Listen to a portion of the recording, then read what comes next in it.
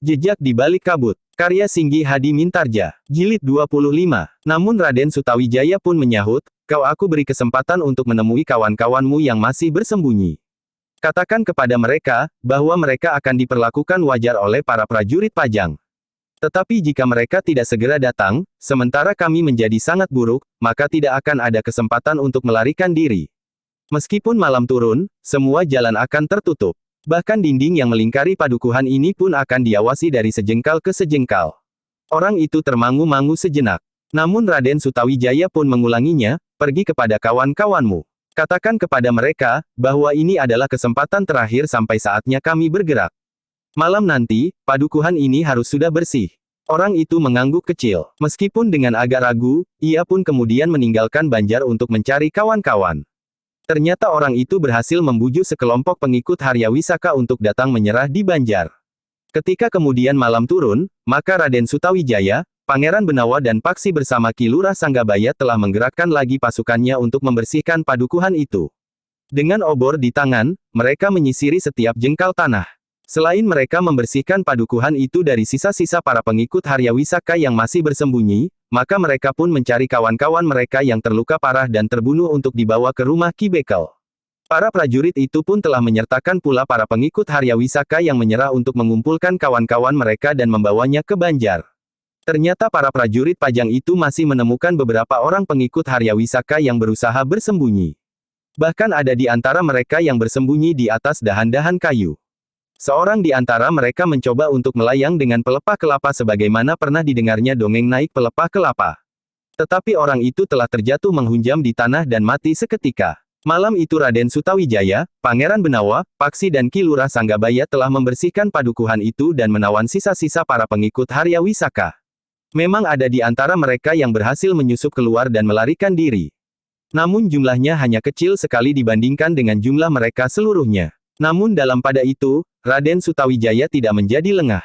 Meskipun para prajurit Pajang masih sibuk di dalam padukuhan itu, tetapi Raden Sutawijaya telah memerintahkan beberapa orang prajurit untuk mengawasi keadaan di luar padukuhan. Raden Sutawijaya dan para pemimpin prajurit Pajang itu sudah mendapat laporan, bahwa telah berkeliaran segerombolan orang yang tidak dikenal. Mungkin mereka adalah orang-orang yang masih bermimpi untuk mendapatkan cincin kerajaan yang mereka ketahui dibawa oleh Pangeran Benawa. Kita tidak boleh lengah, sehingga segerombolan orang itu memanfaatkan kesibukan kita sekarang ini atau mengira bahwa pasukan kita sudah tidak berdaya setelah terjadi pertempuran yang keras melawan para pengikut Haryawisaka. Dengan demikian, maka beberapa orang prajurit telah bertugas beberapa puluh patok di luar padukuhan itu. Baru setelah tengah malam, Raden Sutawijaya, Pangeran Benawa, Paksi dan Ki Lurah Sanggabaya sempat beristirahat meskipun mereka masih harus tetap berhati-hati. Dalam pada itu, menjelang dini hari, para prajurit yang bertugas mengawasi jalan yang langsung menuju ke gerbang padukuhan telah menghentikan 3 orang berkuda yang berpacu menuju ke padukuhan itu. "Siapakah kalian?" bertanya pemimpin kelompok prajurit yang bertugas itu. Ketiga orang itu pun telah menunjukkan timang keprajuritan mereka, sehingga para petugas itu pun segera mengenali mereka sebagai petugas sandi prajurit Pajang. "Kalian para prajurit yang berada di Prambanan?" bertanya prajurit yang bertugas. "Tidak. Kami diperintahkan langsung oleh Ki Gede Pemanahan untuk menemui Pangeran Benawa dan Raden Sutawijaya." "Baiklah, silahkan, temui prajurit yang bertugas di regol padukuhan." Ketiga orang itu adalah petugas sandi yang ditugaskan oleh Ki Gede Pemanahan untuk menemui Pangeran Benawa dan Raden Sutawijaya untuk menyampaikan perintah Ki Gede, bahwa pasukan mereka harus ditarik kembali ke kota raja. Pangeran Benawa, Raden Sutawijaya dan Paksi pun menerima mereka di rumah Ki Bekel. "Dari mana kalian mendengar bahwa kami ada di sini?" bertanya Raden Sutawijaya. "Kami telah pergi ke Prambanan," jawab salah seorang dari para petugas sandi itu. "Prambanan? Kami sudah menduga, bahwa Raden telah membuat hubungan dengan pasukan Pajang yang berada di Prambanan ketika kami mendapat keterangan bahwa pasukan Raden menuju ke selatan. Beberapa tempat yang kami singgahi memang menuntun kami untuk pergi ke Prambanan. Dari para prajurit yang bertugas di barak, kami mendapat keterangan tentang pasukan Raden Sutawijaya dan Pangeran Benawa, karena pasukan Pajang di Prambanan yang dipimpin langsung oleh Ki Lurah Sanggabaya telah terlibat." "Perintah apa yang kalian bawa?" bertanya Raden Sutawijaya kemudian. Seorang di antara ketiga orang prajurit itu menjawab, "Ki Gede memerintahkan pasukan Raden kembali ke kota raja." "Hei, bagaimana dengan tugas kami untuk memburu Paman Haryawisaka?" sahut Pangeran Benawa. "Kami yang menyerang para pengikutnya di sini ternyata tidak menemukannya. Kami masih harus bergerak lagi untuk mencarinya. Pada saatnya kami akan kembali sambil membawa Paman Harya Wisaka. Pasukannya yang kuat telah kami hancurkan di sini bersama-sama dengan pasukan Pajang yang berada di Prambanan. Pangeran tidak perlu memburu Harya Wisaka sampai ke tempat yang lebih jauh lagi. Maksudmu, Harya Wisaka ada di kota raja. Jadi Paman Harya Wisaka sudah tertangkap. Belum, Pangeran. Jadi bagaimana? Bertanya Raden Sutawijaya. Harya Wisaka sama sekali tidak lari keluar kota. Jadi ayah benar, desis Raden Sutawijaya. Iya, Ki Gede Pemanahan benar. Apa yang telah terjadi di kota raja? Bertanya Pangeran Benawa. Prajurit itu pun kemudian menceritakan apa yang pernah terjadi di kota raja. Apa pula yang telah dilakukan oleh Harya Wisaka dan beberapa orang kepercayaannya. Bagaimana mereka menebarkan sirap yang amat tajam. Kemudian menyerang langsung ke dalam bilik Kangjeng Sultan Hadiwijaya. Harya Wisaka itu sangat terkejut ketika ia melihat Ki Gede berada di dalam bilik itu pula. Jadi, Paman Harya Wisaka itu sudah tertangkap. Bertanya Raden Sutawijaya. Belum, Raden. Belum. Jadi, prajurit itu pun kemudian melanjutkan ceritanya tentang Harya Wisaka yang berhasil meloloskan dirinya meskipun ia sudah terluka. Raden Sutawijaya menarik nafas dalam-dalam, sementara Pangeran Benawa menggeram, licik juga Harya Wisaka. Ia berhasil lolos dari tangan 3 orang berilmu sangat tinggi. Ayahanda Sultan, Paman Pemanahan dan Ki Waskita. Iya, tetapi ketiga orang itu pun tertahan oleh 3 orang berilmu tinggi pula. Meskipun akhirnya ketiganya dapat dibinasakan, tetapi mereka sudah memberikan waktu kepada Harya Wisaka untuk melepaskan diri. Pangeran Benawa mengangguk-angguk. Katanya, iya, ketiga orang itu ternyata sangat setia kepada Harya Wisaka, sehingga mereka bersedia mengorbankan jiwa mereka. Harya Wisaka memang memiliki pengaruh yang ajaib, berkata Raden Sutawijaya. Para pengikutnya yang bergerak di luar kota pun sebagian merelakan hidup mereka bagi apa yang mereka sebut perjuangan untuk meluruskan mengalirnya kekuasaan dari tahta Majapahit. Pangeran Benawa tertawa pendek. Katanya, apa yang dikatakan perjuangan oleh Paman Harya Wisaka itu ternyata telah menelan banyak sekali korban. Paman Harya Wisaka tidak pernah menghiraukannya, sahut Raden Sutawijaya. Paman Harya Wisaka membenarkan segala cara untuk mencapai tujuannya, sehingga jiwa seseorang tidak berarti apa-apa baginya. Pangeran Benawa mengangguk-angguk namun kemudian ia pun bertanya, jadi, apa yang akan kita kerjakan? Kembali ke Pajang, jawab Raden Sutawijaya. Besok pagi. Tidak, kita terpaksa kembali besok lusa. Besok kita selesaikan segala masalah di sini. Kemudian kita akan kembali menelusuri jalan yang pernah kita tempuh untuk mengambil kawan-kawan kita yang kita titipkan di padukuhan-padukuhan. Perjalanan kita memerlukan waktu yang lama. Sementara itu, kita masih harus berhati-hati terhadap pasukan yang tidak dikenal itu. Pangeran Benawa mengangguk-angguk. Katanya, iya, kita tidak dapat begitu saja meninggalkan padukuhan ini meskipun di sini ada pasukan dari Prambanan. Karena itu, maka Raden Sutawijaya pun berkata kepada para petugas sandi itu, jika kalian telah cukup beristirahat, besok sebaiknya kalian mendahului kami. Kalian dapat melaporkan keberadaan kami di sini. Mungkin kami memerlukan 2 hari perjalanan pulang, karena kami harus singgah di beberapa padukuhan. Baiklah Raden, besok pagi-pagi kami akan kembali ke Pajang. Kalian tidak perlu berangkat pagi-pagi. Kalian memerlukan waktu istirahat. Bukankah sekarang kami beristirahat? Jangan paksakan diri kecuali keadaan juga memaksa. Ketiga orang itu saling berpandangan. Seorang di antara mereka pun kemudian berkata, baiklah. Kami akan beristirahat sebentar, Raden. Seorang prajurit kemudian membawa ketiga orang itu ke serambi samping rumah Ki Bekel. Mereka pun kemudian telah dipersilahkan untuk beristirahat di sebuah amben bambu yang cukup besar bagi mereka bertiga. Ternyata ketiganya sempat juga tidur beberapa lama di dini hari. Namun justru karena itu, maka mereka terbangun pada saat bayangan cahaya fajar yang kekuning-kuningan telah nampak di lubang-lubang dinding. Dengan tergesa-gesa mereka bangun, kemudian membersihkan dan berbenah diri sebelum mereka bersiap untuk berangkat.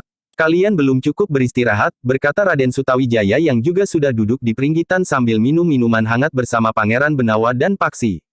Ternyata kami terlambat bangun. Pangeran Benawa, Raden Sutawijaya dan Paksi telah bangun lebih dahulu. Kami tidak letih seperti kalian yang menempuh perjalanan panjang sehingga seakan-akan dalam sehari semalam kalian tidak berhenti. Tetapi kami terlalu sering berhenti. Jika bukan kuda-kuda kami yang letih, kami bertigalah yang letih dan perlu beristirahat. Bagi kami tidak ada masalah untuk beristirahat kapan saja kami inginkan. Tetapi pasukan yang berada di sini harus bertempur tanpa dapat beristirahat, karena beristirahat akan dapat merubah segala-galanya dalam pertempuran. Pangeran Benawa tersenyum. Katanya, sebenarnya kita sama-sama merasa letih. Tetapi kami pun menyadari, bahwa kewajiban telah mendorong kami untuk menjalankan tugas. Ketiga orang prajurit dalam tugas sandi itu pun tertawa pula sebagaimana Raden Sutawijaya dan Paksi. Dalam pada itu, setelah makan pagi, minum minuman hangat dan beristirahat sejenak, maka ketiga orang prajurit itu pun mohon diri untuk segera kembali ke Pajang dan memberikan laporan hasil perjalanan mereka. Dalam pada itu, pasukan Pajang yang kecil serta pasukan Pajang yang berada di Prambanan itu masih sibuk mengurusi kawan-kawan mereka yang cedera, terluka dan yang gugur. Demikian pula mereka harus mengurusi para pengikut Harya Wisaka. Sehingga dengan demikian maka pada hari itu para prajurit dan para tawanannya itu pun masih harus bekerja keras. Namun kerja itu mereka akhiri hari itu juga. Ketika matahari turun ke barat, maka semuanya telah mereka selesaikan. Para prajurit, baik yang dipimpin oleh Raden Sutawijaya dan Pangeran Benawa serta membawa seseorang yang mereka sebut Ki Gede Pemanahan itu, maupun para prajurit dari Prambanan yang dipimpin oleh Ki Lurah Sanggabaya itu pun menyempatkan diri untuk beristirahat sebelum esok pagi mereka akan kembali ke arah berlawanan. Dalam pada itu, para prajurit yang belum berpengalaman itu pun mulai menyadari kedudukan mereka yang sebenarnya. Pertempuran yang telah terjadi itu pun merupakan tempaan bagi jiwa keprajuritan mereka. Memang ada kawan mereka yang gugur. Tetapi apa yang mereka lihat pada kawan-kawan mereka yang sudah berpengalaman apalagi pada pasukan khusus yang datang dari Pajang itu, telah menimbulkan kepercayaan pada diri mereka, bahwa mereka pun akan dapat menjadi prajurit yang dapat dibanggakan seperti para prajurit yang lebih matang itu. Pada kesempatan yang sempit itu, maka Ki Lurah Sanggabaya pun telah mengetahui apa yang telah terjadi di kota raja. Karena itu, maka tidak akan ada gunanya lagi memburu Harya Wisaka di luar kota. Mereka tidak akan dapat menemukannya. Meskipun demikian, kemungkinan Harya Wisaka lolos itu masih ada. Terakhir ternyata Harya Wisaka juga tidak tertangkap lagi. Meskipun dalam keadaan terluka, orang yang licin itu masih tetap berbahaya, berkata Raden Sutawijaya. Karena itu, jangan lengah, pesan Pangeran Benawa pula, jika tiba-tiba Harya Wisaka muncul di tengah-tengah barakmu. Ki Lurah Sanggabaya tertawa, tetapi ia menyadari, bahwa pesan itu tidak berlebih-lebihan. Harya Wisaka yang licik itu akan dapat berbuat apa saja yang sebelumnya tidak terduga-duga. Ketika malam turun, maka kedua pasukan yang masih ada di padukuhan itu pun segera bersiap-siap. Para pemimpinnya pun telah menemui Ki Bekel yang sudah pulang ke rumahnya yang harus mereka tinggalkan. Besok kami akan mohon diri, Ki Bekel, berkata Raden Sutawijaya. Kami juga, Ki Bekel, sambung Ki Lurah Sanggabaya. Kenapa begitu tergesa-gesa? Masih banyak yang harus kami kerjakan di Pajang, Ki Bekel. Kami mengucapkan terima kasih, bahwa kami telah terlepas dari kuasa pasukan yang ganas itu. Nampaknya sebagian besar kekuatan Harya Wisaka telah dihancurkan, Ki Bekel. Terutama di daerah ini. Meskipun mungkin di daerah utara para pendukungnya masih kuat, namun agaknya mereka tidak akan berkeliaran sampai kemari. Ki Bekel mengangguk-angguk. Katanya, mudah-mudahan kami dapat hidup tenteram seperti sedia kala. Jika terjadi sesuatu yang terasa gawat, Ki Bekel dapat memerintahkan 2-3 orang bebahu menghubungi aku di Prambanan, berkata Ki Sanggabaya. Agaknya Prambanan lebih dekat daripada Ki Bekel harus pergi ke Pajang. Baik, Ki Lurah. Jika perlu, aku akan menghubungi Ki Lurah di Prambanan.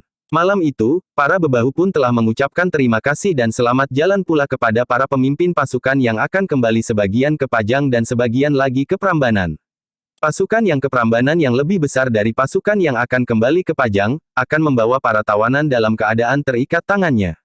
Para prajurit dari Prambanan tidak mau mengalami akibat buruk jika terjadi kelengahan sehingga para tawanan itu melakukan tindakan yang dapat mengacaukan pasukan yang kembali ke Prambanan itu. Demikianlah, malam itu adalah malam terakhir bagi pasukan khusus yang dipimpin oleh Raden Sutawijaya dan Pangeran Benawa itu. Besok mereka akan kembali ke Pajang, karena orang yang mereka buru itu ternyata masih berada di kota raja. Ketika malam menjadi semakin dalam, maka para prajurit dan para pemimpinnya itu pun telah beristirahat kecuali mereka yang bertugas. Besok pagi-pagi benar mereka akan berangkat meninggalkan padukuhan itu ke arah yang berbeda-beda. Dari Ki Bekel, Raden Sutawijaya meminjam beberapa ekor kuda untuk keperluan yang sangat khusus, terutama untuk mengangkut mereka yang terluka sangat parah dan tidak mungkin untuk berjalan kaki. Dengan kuda, pasukan itu akan dapat berjalan lebih cepat daripada mereka mempergunakan pedati. Sementara itu, di dini hari, beberapa orang yang bertugas di dapur telah bangun. Ki Bekel ingin menghidangkan makan yang terakhir kalinya bagi para prajurit yang telah membebaskan padukuhannya dari kerusuhan dan kekacauan yang ditimbulkan oleh para pengikut Harya Wisaka.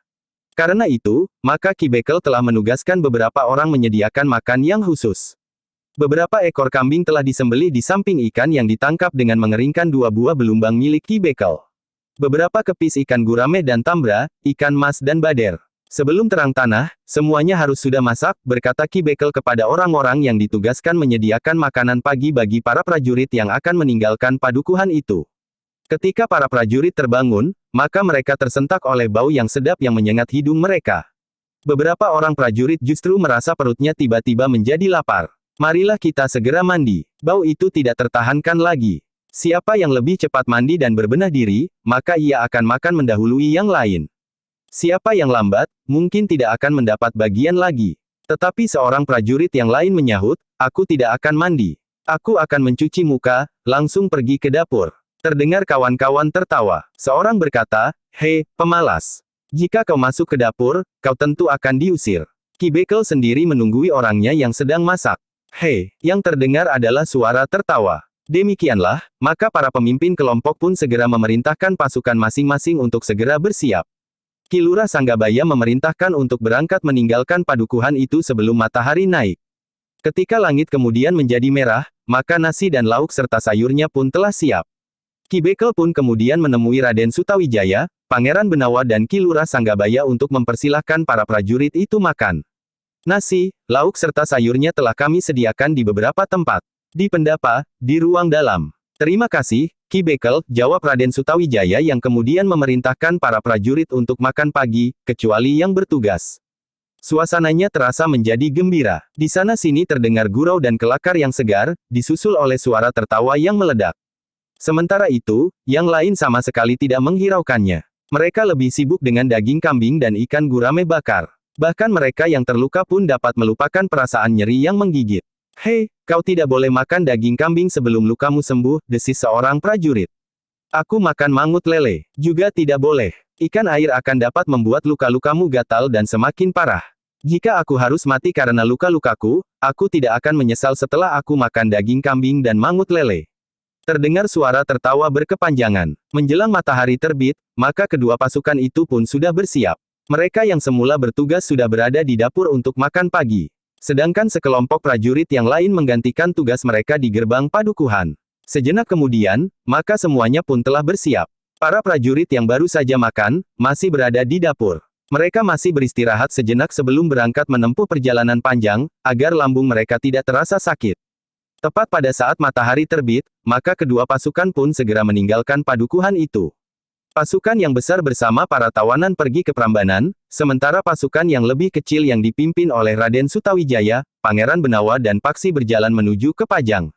Orang yang sebelumnya disebut Ki Gede Pemanahan telah memilih untuk menanggalkan sebutan itu setelah ia mengetahui bahwa Harya Wisaka tidak berada di luar kota raja. Demikianlah, pasukan kecil itu telah menempuh perjalanan sebagaimana mereka lalui ketika mereka berangkat. Selain menjemput kawan-kawan mereka yang terluka dan ditinggalkan di padukuhan-padukuhan yang dilewati, pasukan itu juga ingin singgah dan mengucapkan terima kasih kepada penghuni padukuhan yang telah menopang tugas mereka. Seperti yang diperhitungkan, maka perjalanan mereka akan memakan waktu 2 hari 2 malam dengan waktu istirahat yang terhitung pendek. Ketika pasukan itu berada di pintu gerbang kota, maka Raden Sutawijaya telah mengirimkan 2 orang penghubung untuk memberikan laporan, bahwa pasukan itu telah datang. Ki Gede Pemanahan dan Ki Waskita bersama beberapa orang senapati menyambut langsung kehadiran pasukan itu di sebuah barak yang disediakan khusus bagi mereka, sebelum mereka dikembalikan ke dalam kesatuan mereka masing-masing. Kalian akan berada di barak ini selama 3 hari, berkata Ki Gede Pemanahan setelah mengadakan sesorah penyambutan. Dalam kesempatan itu, kalian boleh pulang untuk menengok keluarga.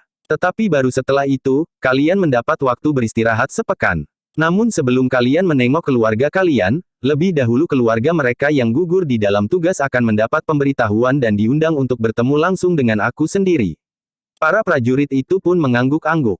Mereka dapat membayangkan, betapa sedihnya keluarga yang kehilangan itu. Mereka melepaskan suami atau anak atau saudara laki-laki dalam keadaan segar bugar bersama kawan-kawan dalam satu pasukan, namun ternyata ketika pasukan itu kembali, keluarga mereka tidak ada di antara para prajurit yang lain dalam pasukan itu. Demikianlah, ketika para prajurit itu beristirahat, maka beberapa orang penghubung telah mendapat perintah khusus kepada keluarga para korban untuk bertemu dengan Ki Gede Pemanahan di tempat yang lain. Tidak di dalam barak itu. Bahkan Ki Gede telah minta mereka datang ke rumah Ki Gede Pemanahan sendiri. Bersama mereka telah diundang pula untuk hadir Raden Sutawijaya, Pangeran Benawa dan Paksi, yang memimpin 3 kelompok prajurit khusus yang menjalankan tugas yang khusus pula.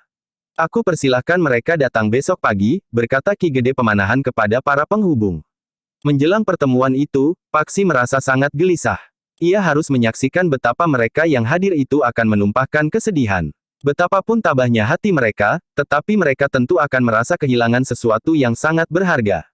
Yang terjadi itu adalah satu keharusan, Paksi, berkata Raden Sutawijaya. Untuk menegakkan wibawa serta kekuasaan, maka setiap pemberontakan harus dipadamkan. Untuk memadamkan pemberontakan, kita harus melepaskan korban. Korban itu mungkin para prajurit, mungkin kau, mungkin aku atau Adimas Pangeran Benawa. Dan bahkan mungkin orang-orang yang tidak tahu menahu sama sekali tentang terjadinya sebuah pemberontakan. Paksi mengangguk kecil. Namun ketika ia benar-benar berada di tengah-tengah pertemuan yang berlangsung di pendapa rumah Ki Gede Pemanahan, maka jantung Paksi benar-benar terguncang. Meskipun Ki Gede Pemanahan telah memberikan pengantar dengan hati-hati, namun ketika nama para korban disebutkan, tangis pun tidak tertahankan lagi. Ada yang tangisnya meledak, tetapi ada yang mencoba menahan diri. Beberapa orang yang tabah pun harus mengusap air matanya yang meleleh di pelupuk matanya. Paksi tidak ikut menangis. Tetapi jantungnya terasa pedih. Ia membayangkan, apa yang terjadi pada ibunya, jika ia hadir di tempat itu dan mendengar nama Paksi disebut sebagai salah seorang korban yang harus diserahkan untuk menegakkan wibawa Pajang. Betapapun beratnya, Ki Gede Pemanahan memang harus segera menyampaikan berita duka itu sebelum mereka mendengar dari desas-desus atau sumber-sumber lain yang tidak jelas. Demikianlah, setelah pertemuan itu selesai, maka para prajurit yang lain telah diperkenankan untuk menampakkan diri pada keluarga mereka. Namun waktu istirahat yang diberikan kepada mereka, baru 3 hari kemudian. Di dalam 3 hari itu, mungkin masih ada persoalan yang harus diselesaikan. Perintah-perintah khusus serta persoalan penempatan kembali mereka di kesatuan mereka semula harus diselesaikan. Dalam pada itu, Ki Gede Pemanahan pun telah memerintahkan Raden Sutawijaya, Pangeran Benawa dan Paksi untuk menghadap Kangjeng Sultan bersamanya. Selain untuk memberikan laporan langsung tentang tugas yang mereka lakukan, juga untuk menerima perintah-perintah Mirunggan bagi mereka bertiga. Pada waktu yang telah ditentukan, keempatnya telah pergi menghadap ke istana.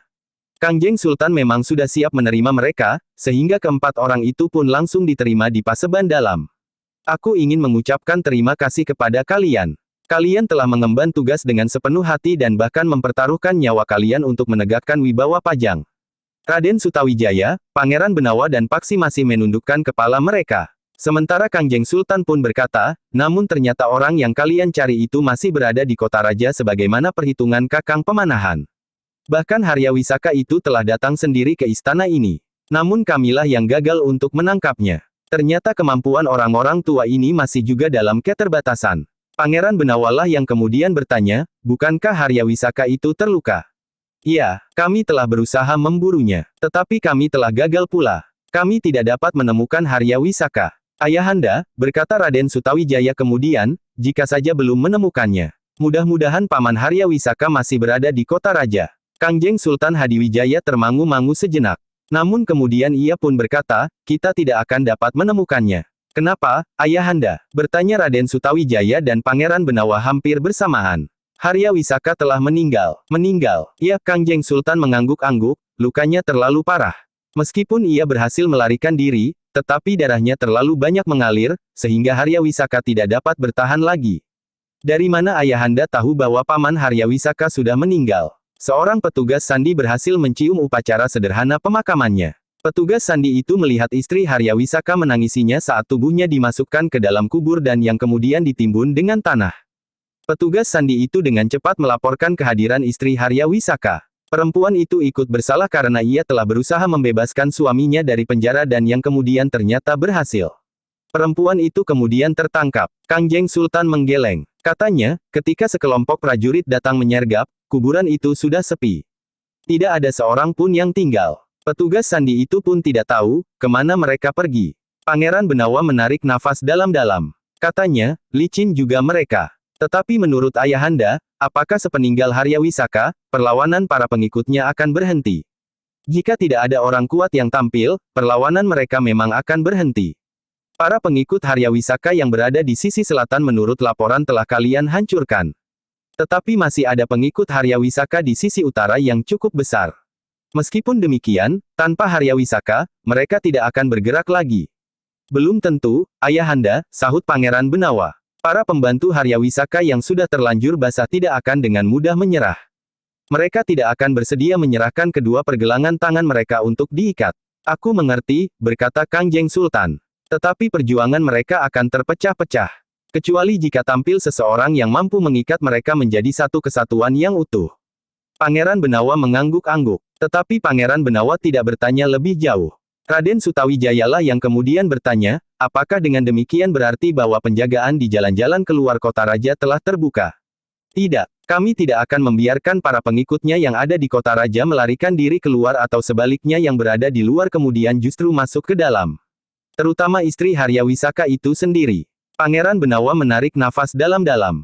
Perempuan itu memang sangat berbahaya. Perempuan itu tidak boleh menjadi pengganti Harya Wisaka, menjadi pengikat kesatuan pasukan para pengikutnya. Tetapi perempuan itu juga seorang perempuan yang amat cantik di mata Kangjeng Sultan. Tetapi Pangeran Benawa tidak berkata apa-apa lagi tentang perempuan itu. Demikianlah, beberapa saat kemudian Kangjeng Sultan menganggap bahwa pertemuan itu sudah cukup. Raden Sutawijaya, Pangeran Benawa dan Paksi diperkenankan untuk mengundurkan diri bersama Ki Gede Pemanahan. Di barak, Raden Sutawijaya, Pangeran Benawa dan Paksi telah sepakat untuk melihat keadaan kuburan Harya Wisaka itu. Dari Ki Gede Pemanahan mereka tahu, di mana letak kuburan yang disebut sebagai kuburan Harya Wisaka.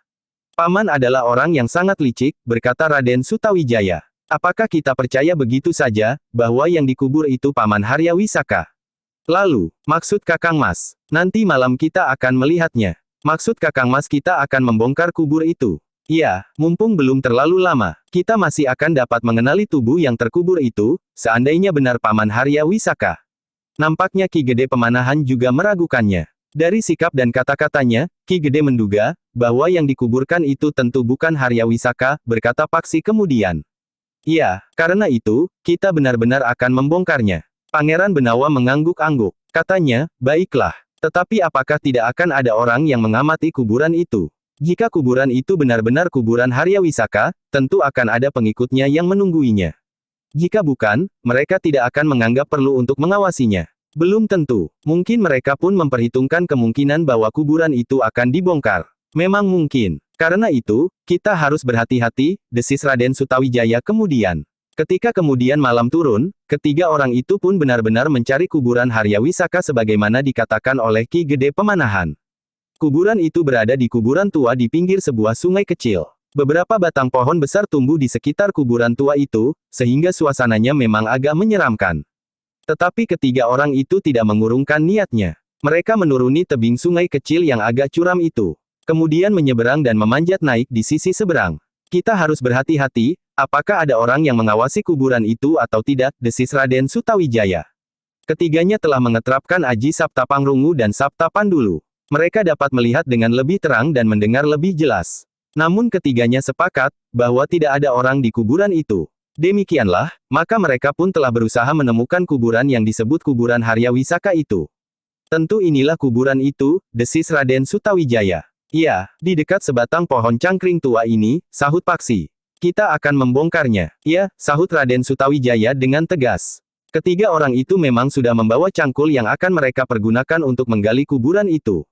Beberapa saat kemudian, maka ketiganya telah sibuk menggali gundukan tanah yang masih merah itu berganti-ganti.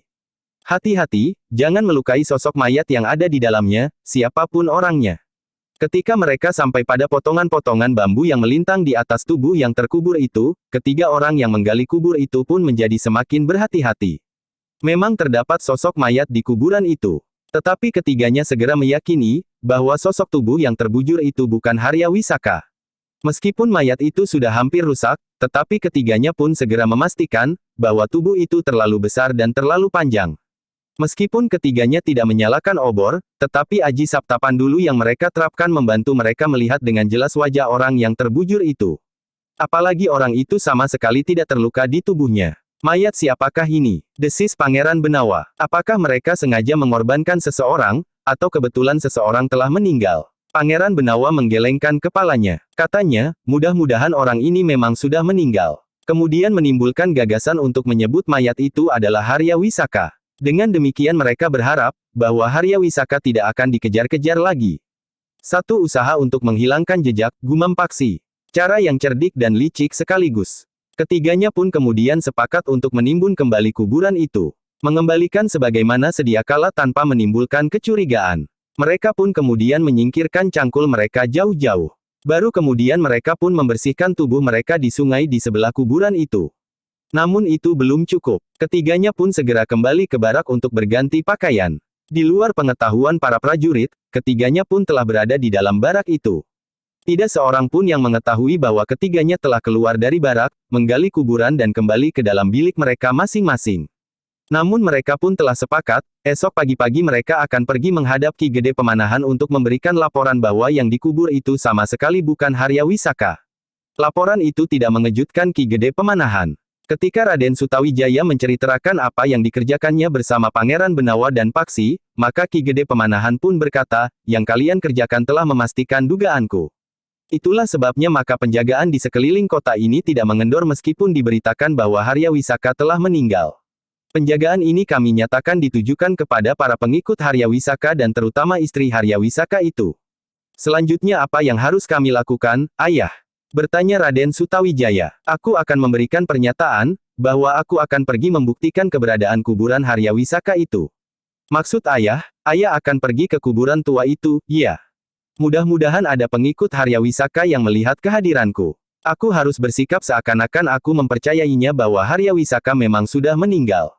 Pangeran Benawa tertawa pendek. Katanya, permainan paman dengan paman Harya Wisaka akan diulang kembali. Ketika Harya Wisaka lari keluar kota raja, maka paman telah memburunya. Namun akhirnya paman telah berjumpa langsung dengan paman Harya Wisaka justru di istana. Raden Sutawijaya dan Paksi pun tertawa. Bahkan Ki Gede Pemanahan pun tertawa pula. Sementara itu Pangeran Benawa pun bertanya, apakah Harya Wisaka percaya seandainya paman bersikap seakan-akan paman mempercayai bahwa Harya Wisaka telah mati. Harya Wisaka juga mempunyai pengalaman bahwa paman Harya Wisaka telah paman kelabuhi, sehingga hampir saja ia terjebak di istana. Kita sedang bermain macanan, Pangeran.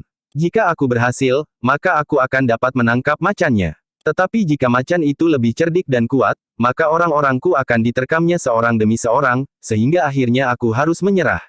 Raden Sutawijaya pun tertawa pula. Katanya, ayah tidak sedang bermain macanan atau bas-basan. Ayah sedang bermain binten, permainan keras yang memerlukan pengerahan segenap akal dan kemampuan.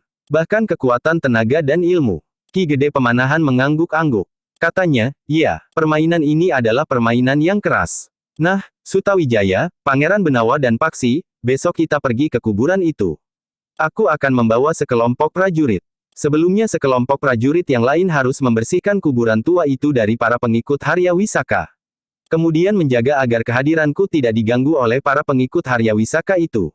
Raden Sutawijaya, Pangeran Benawa dan Paksi pun mengangguk-angguk. Mereka mengetahui bahwa Ki Gede Pemanahan bukan seorang penakut yang harus mendapat perlindungan sekian banyak orang.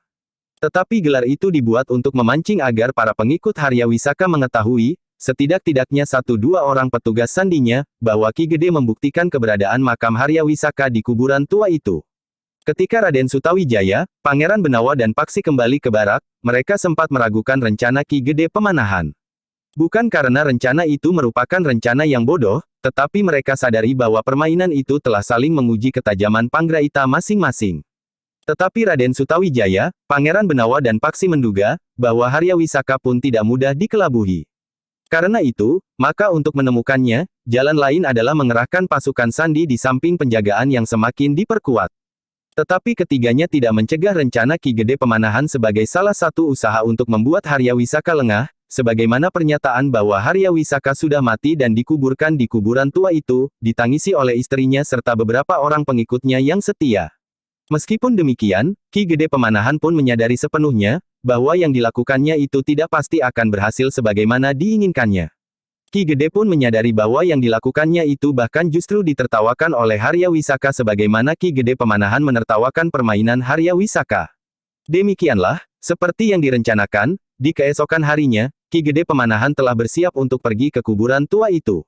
Sebelum Ki Gede berangkat, maka sekelompok prajurit telah mendahului untuk mengamankan kuburan tua itu dan sekitarnya dari penyerang gelap yang mungkin bersembunyi di sekitar kuburan, terutama adalah para pengikut Harya Wisaka.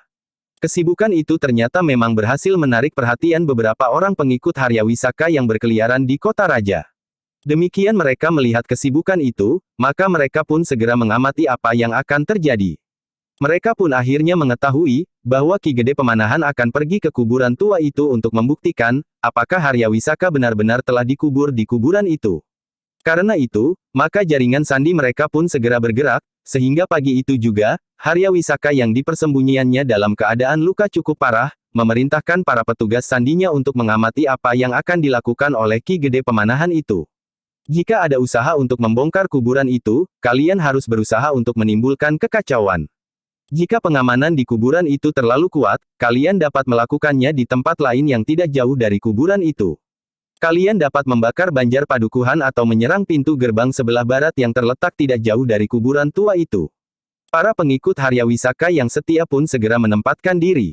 Dua orang petugas sandi berusaha mengamati, apa yang akan dilakukan oleh Ki Gede nanti di kuburan tua itu. Ketika matahari naik sepenggalah, maka sebuah iring-iringan mulai bergerak. Ki Gede Pemanahan berjalan diapit dua orang pengawal. Di belakangnya Raden Sutawijaya, Pangeran Benawa dan Paksi mengikutinya. Kemudian sekelompok prajurit pilihan. Mereka baru datang dari perburuan yang menggelikan itu, desis seorang petugas sandi.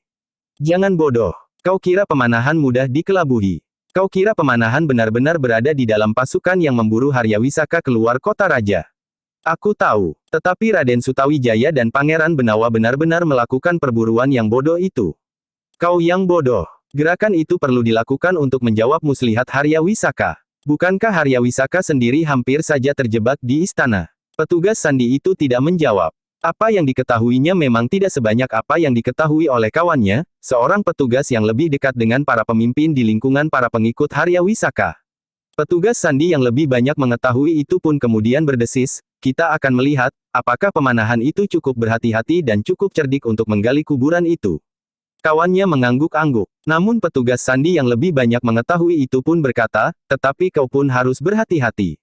Di lingkungan kita sendiri, hanya orang-orang tertentu sajalah yang boleh mengetahui bahwa yang berada di dalam kubur itu bukan Arya Wisaka.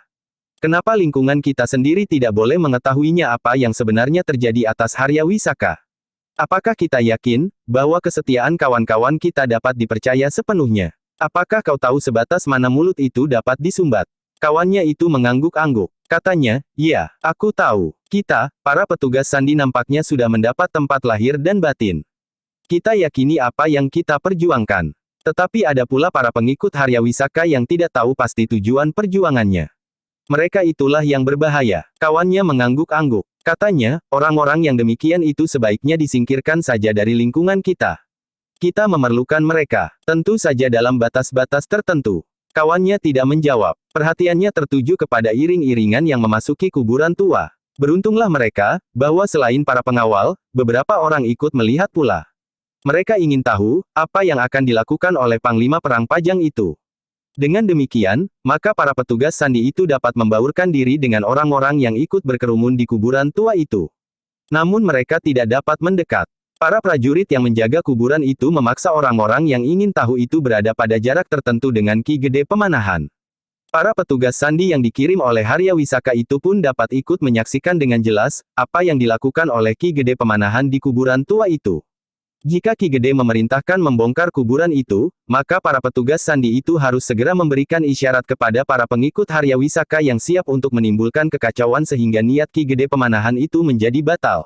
Beberapa saat Ki Gede Pemanahan mengamati kuburan itu. Ia pun berbicara dengan beberapa orang yang sejak semula dibawanya bersama dengan pasukannya. Petugas sandi itu menarik nafas panjang ketika mereka melihat Ki Gede Pemanahan itu mengangguk-angguk. Agaknya ia sudah cukup yakin berdasarkan atas keterangan-keterangan yang didapatnya dari beberapa orang yang dianggapnya sebagai saksi. Setelah beberapa lama Ki Gede Pemanahan berada di kuburan itu, maka ia pun memberi isyarat untuk segera meninggalkan kuburan tua itu. Ternyata Ki Gede Pemanahan bukan seorang yang teliti. Ia tidak memerintahkan membongkar kuburan itu, desis petugas sandi yang lebih banyak mengetahui dari kawannya itu. Kawannya mengangguk-angguk. Katanya, Raden Sutawijaya dan Pangeran Benawa nampaknya juga tidak mengusulkannya. Kawannya terdiam. Sejenak kemudian, para prajurit pun telah membuka jalan. Mereka mendorong orang-orang yang berkerumun di pinggir kuburan tua itu untuk menjauhi jalan yang akan dilalui oleh Ki Gede Pemanahan. Demikian Ki Gede Pemanahan keluar dari kuburan, turun ke sungai, menyeberang dan naik di tebing sebelah, maka orang-orang yang berkerumun itu pun segera meninggalkan kuburan tua itu pula. Beberapa saat kemudian, kuburan itu menjadi sepi. Tidak ada seorang pun lagi yang tinggal. Para prajurit yang mengamankan kuburan tua pun telah meninggalkan kuburan itu pula. Namun beberapa saat kemudian, dua orang berdiri termangu-mangu di dekat gundukan tanah di dekat sebatang pohon cangkring tua. Seorang dari mereka yang kemudian berjongkok di samping gundukan tanah itu pun berdesis, "Liwung, baru setelah kau mati, kau dapat memberikan arti bagi perjuangan ini." Kawannya yang tetap berdiri itu pun tertawa. Katanya, "Arti apakah yang telah diberikannya? Bukankah orang ini dapat berperan sebagai Harya Wisaka?" Kawannya itu tertawa berkepanjangan. Katanya, "Aku senang mendengar guraumu yang segar itu. Aku tidak bergurau. Jika aku menang, aku akan memberikan penghargaan kepadanya." "Penghargaan apa yang dapat diberikan kepada orang mati? Mengembalikan nama baiknya. Itu tidak mungkin. Ia telah berkhianat. Hukuman mati itu adalah hukuman yang sangat wajar baginya. Apakah Liwung sudah pasti berkhianat? Jika ia tidak bersalah, maka ia akan selamat." Ketika ia memasukkan jari tangannya ke dalam kepis yang berisi ular itu, ularnya tidak akan menggigit sampai hitungan ke-10. Tetapi baru sampai ke hitungan ke-6, jari Liwung sudah digigit ular bandotan sehingga ia mati.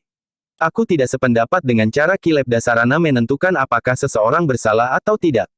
Pembuktian dengan memasukkan jari-jari ke kepis yang berisi ular, bukan cara yang dapat memberikan kepastian. Jika ular itu sedang tidur atau malas, betapapun besar kesalahan seseorang, ular itu tidak akan mematuk. Tetapi jika ular itu sedang menjadi ganas, maka gerakan sekecil apapun akan menarik perhatiannya dan mematuknya. Bisa ular bandotan termasuk bisa yang paling tajam dari berbagai jenis ular berbisa. Karena itu, Liwung tidak akan dapat bertahan tanpa pengobatan apapun juga. Apakah kau juga akan mengatakan, seandainya Liwung tidak bersalah, bisa itu tidak akan membunuhnya? Kawannya mengerutkan dahinya. Katanya dengan nada tinggi, tetapi Harya Wisaka sudah menyetujui cara itu.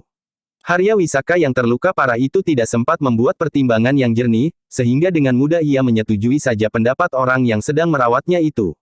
"Nah, seandainya Ki Lebdasarana yang tidak bersalah apa-apa itu kita minta memasukkan jari-jarinya ke kepis ular itu, apakah ia bersedia?" "Tentu tidak, karena tidak ada alasannya, kenapa ia harus memasukkan jari-jarinya ke dalam kepis itu. Bukankah ia yakin bahwa dirinya tidak bersalah? Seharusnya ia tidak berkeberatan memasukkan jarinya jika ia yakin tidak bersalah." Kawannya menarik nafas dalam-dalam. Sementara petugas sandi yang berjongkok itu berdesis, "Pada suatu saat, kita akan mendapat giliran untuk memasukkan jari-jari kita ke dalam kepis itu.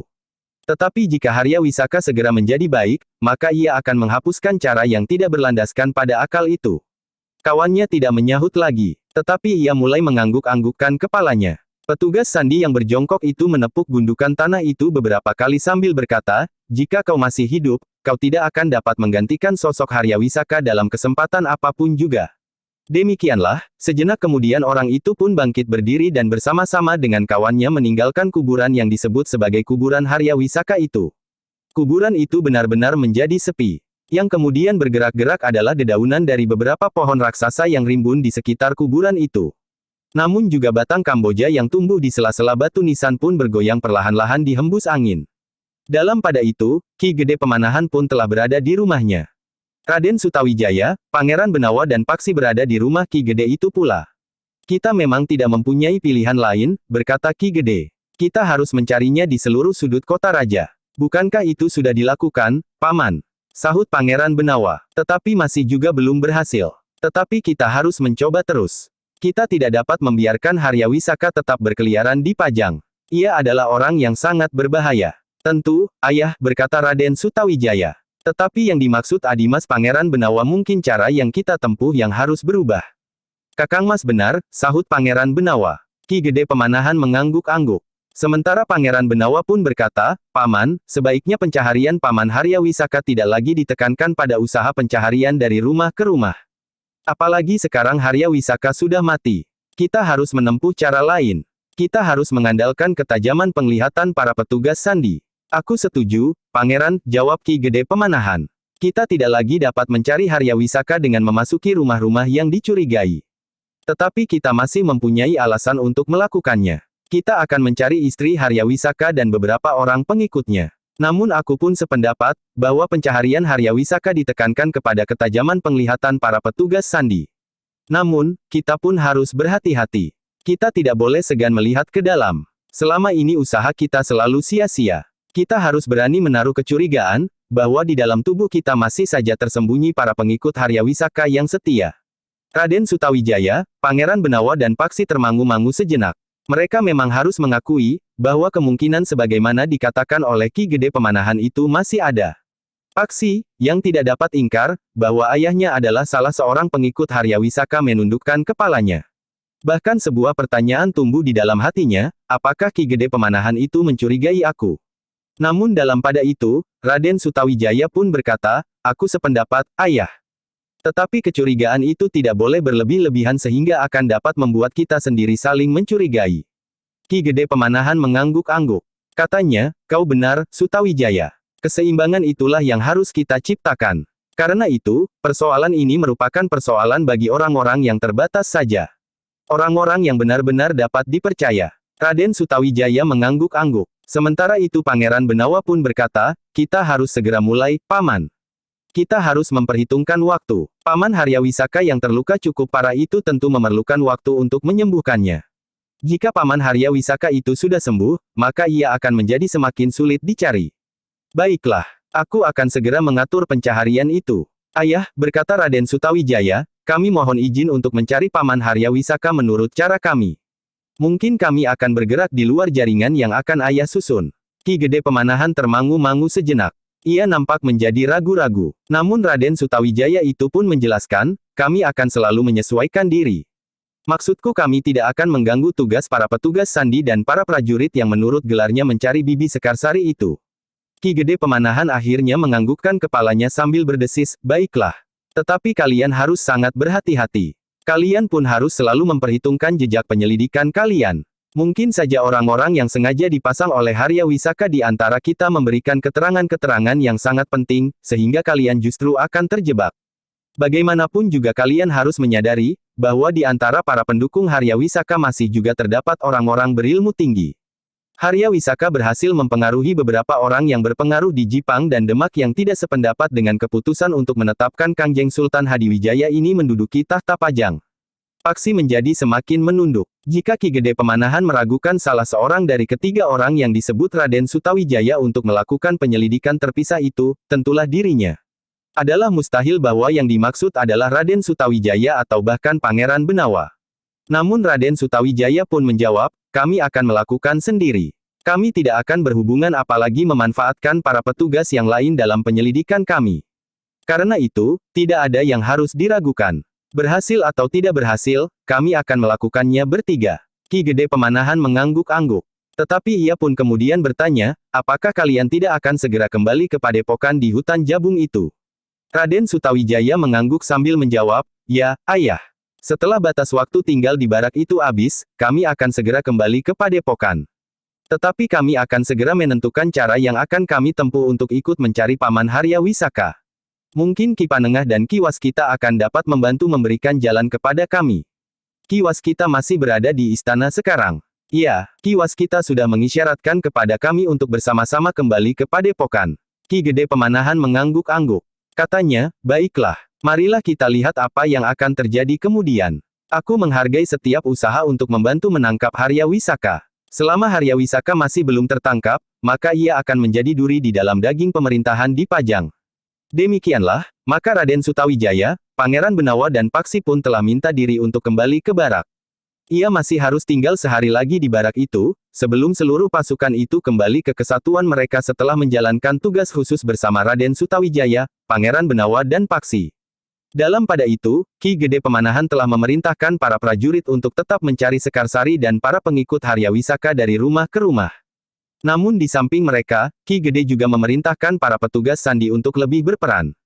Namun hanya beberapa orang sajalah yang secara khusus masih mendapat perintah untuk mencari Haryawisaka. Haryawisaka itu terluka parah. Ia tentu belum sembuh benar, pesan Ki Gede Pemanahan. Dalam pada itu, ketika Raden Sutawijaya, Pangeran Benawa dan Paksi sudah berada di dalam baraknya, maka Paksi pun minta diri untuk mengunjungi ibunya. Bagaimanapun juga ibunya tentu memikirkannya. Hati-hatilah, Paksi, pesan Raden Sutawijaya. Ya, Raden. Namun Pangeran Benawa justru menawarkan diri, aku akan menemanimu, Paksi. Terima kasih, Pangeran. Biarlah aku pergi sendiri. Pangeran Benawa tidak memaksanya. Tetapi seperti Raden Sutawijaya ia pun berpesan, berhati-hatilah. Para pengikut Harya Wisaka tentu ada yang dapat mengenalimu. Bukan saja karena kau anak itu menggungsar Pabiwada, tetapi kau tentu lebih dikenal sebagai salah seorang di antara pemburu Harya Wisaka itu. Aku akan berhati-hati, Pangeran, sahut Paksi. Demikianlah, maka Paksi pun telah meninggalkan baraknya untuk menengok ibu dan adik perempuannya. Kedatangan Paksi disambut dengan gembira sekali oleh ibunya. Dipeluknya anak laki-lakinya itu sambil menitikkan air matanya. Demikian pula adik perempuan Paksi. Sambil berjongkok Paksi pun memeluk adik perempuannya pula. Sudah agak lama Kakang tidak menengok kami, berkata adik perempuannya itu. Kakang sedang bertugas, jawab Paksi. Itulah yang aku cemaskan, Paksi. Tetapi ketika aku tahu bahwa kau selamat, rasa-rasanya hatiku yang membeku itu pun telah mencair kembali. Paksi pun kemudian dipersilahkan duduk di ruang dalam. Adiknya pun kemudian telah pergi ke belakang, minta kepada seorang pembantunya untuk menyiapkan minuman bagi kakaknya. Ketika kemudian Paksi menanyakan tentang adik laki-lakinya, maka ibunya pun berkata, aku tidak pernah mendengar kabarnya lagi. Apakah ayah belum pernah pulang lagi, ibu? Ibunya menggeleng. Katanya, aku juga belum pernah mendengar kabarnya lagi. Sebenarnya lah aku menjadi cemas. Perburuan atas Harya Wisaka dan para pengikutnya menjadi semakin bersungguh-sungguh. Bahkan meskipun Harya Wisaka sudah terbunuh, namun perburuan terhadap para pengikutnya dan terutama istri Harya Wisaka masih berlanjut. Ibu mengetahuinya. Sudah 3 kali rumah ini didatangi oleh para prajurit dan petugas sandi. 3 kali. Ibunya mengangguk. Katanya, mereka mencari ayahmu atau mungkin para pengikut Harya Wisaka yang lain, bahkan mereka juga mencari Sekarsari di rumah ini. Seorang perempuan yang tidak aku kenal dengan baik, meskipun aku tahu bahwa Sekarsari itu adalah istri Harya Wisaka. Mereka menggeledah rumah ini. Ibunya mengangguk. Paksi menarik nafas dalam-dalam. Tentunya para prajurit dan apalagi para petugas sandi itu tahu apa yang dilakukannya selama ini. Ia sudah mempertaruhkan nyawanya untuk membantu mencari Harya Wisaka dan para pengikutnya. Tetapi keluarganya masih saja dicurigai. Tetapi Paksi pun berusaha untuk dapat mengerti dan tidak membebankan semua kesalahan kepada para prajurit dan para petugas sandi. Bagaimanapun juga harus diakui, bahwa ayahnya memang seorang pengikut Harya Wisaka yang setia. Bahkan bukan sekedar pengikut, tetapi ayahnya termasuk salah seorang pemimpin yang dekat dengan Harya Wisaka. Harya Wisaka yang diburu itu memang pernah bersembunyi di rumahnya, sehingga jika kecurigaan itu berkepanjangan, adalah satu hal yang dapat dimengerti. Tetapi yang kemudian menjadi pertanyaan di hati Paksi adalah, apakah dirinya masih juga dicurigai? Namun dalam pada itu, ibunya berkata, sudahlah, Paksi. Jangan kau risaukan. Ini adalah akibat ulah ayahmu. Paksi mengangguk-angguk. Tetapi ia masih juga bertanya, bukankah para prajurit dan petugas sandi yang menggeledah rumah ini memperlakukan ibu dengan baik? Iya, mereka memperlakukan aku dan adikmu dengan baik. Mereka benar-benar hanya mencari ayahmu atau orang lain yang mungkin bersembunyi di rumah ini. Syukurlah, desis Paksi kemudian. Mudah-mudahan untuk selanjutnya mereka tidak akan datang lagi. Mudah-mudahan, Paksi. Apalagi sepeninggal Harya Wisaka. Tetapi apakah ibu sama sekali tidak mengetahui kemana adikku laki-laki itu dibawa oleh ayah? Ibunya menggeleng. Katanya, aku benar-benar tidak tahu, Paksi. Bahkan waktu itu aku mencoba untuk mencegahnya. Tetapi aku gagal. Jika keadaan sudah menjadi semakin baik, ibu, aku berjanji untuk mencarinya. Sebaiknya tidak usah kau lakukan, Paksi. Kau tahu, bagaimana sikap ayahmu terhadapmu. Apalagi sekarang, sikapmu berlawanan dengan sikap ayahmu terhadap Pajang. Paksi mengangguk-angguk. Tetapi katanya kemudian, aku kasihan terhadap adikku itu. Mungkin ia berada di satu lingkungan yang sesat. Jika adikku itu terpengaruh, maka aku cemaskan masa depannya. Tetapi aku tidak mau kehilangan semuanya. Ayahmu, adikmu laki-laki dan kemudian kau sendiri. Paksi termangu-mangu sejenak. Namun tiba-tiba saja Paksi itu pun berkata kepada adik perempuannya yang duduk di sebelah ibunya, aku haus. Apakah kau dapat memberiku semangkuk minuman? Ibunya seakan-akan tersadar. Karena itu ia pun berkata, bukankah aku tadi sudah minta dibuatkan minuman untuk kakakmu? Ya, ibu. Mungkin airnya belum mendidih. Tolong anak manis, berkata Paksi, aku haus. Lihatlah, berkata ibunya, apakah air sudah mendidih? Adik perempuan Paksi itu pun kemudian telah meninggalkan ruang dalam, menghambur berlari ke dapur. Demikian adiknya pergi, maka Paksi itu pun kemudian bertanya, ibu, apakah sebabnya ayah begitu benci kepadaku? Bahkan ayah sudah benar-benar siap membunuhku. Seandainya aku anak yang sangat nakal sekalipun, apakah sudah sepantasnya seorang ayah menghendaki kematian anaknya? Padahal aku sudah berusaha untuk patuh. Untuk menjalankan segala perintahnya. Ibu menundukkan kepalanya. Katanya dengan suara sendat, aku tidak tahu, Paksi.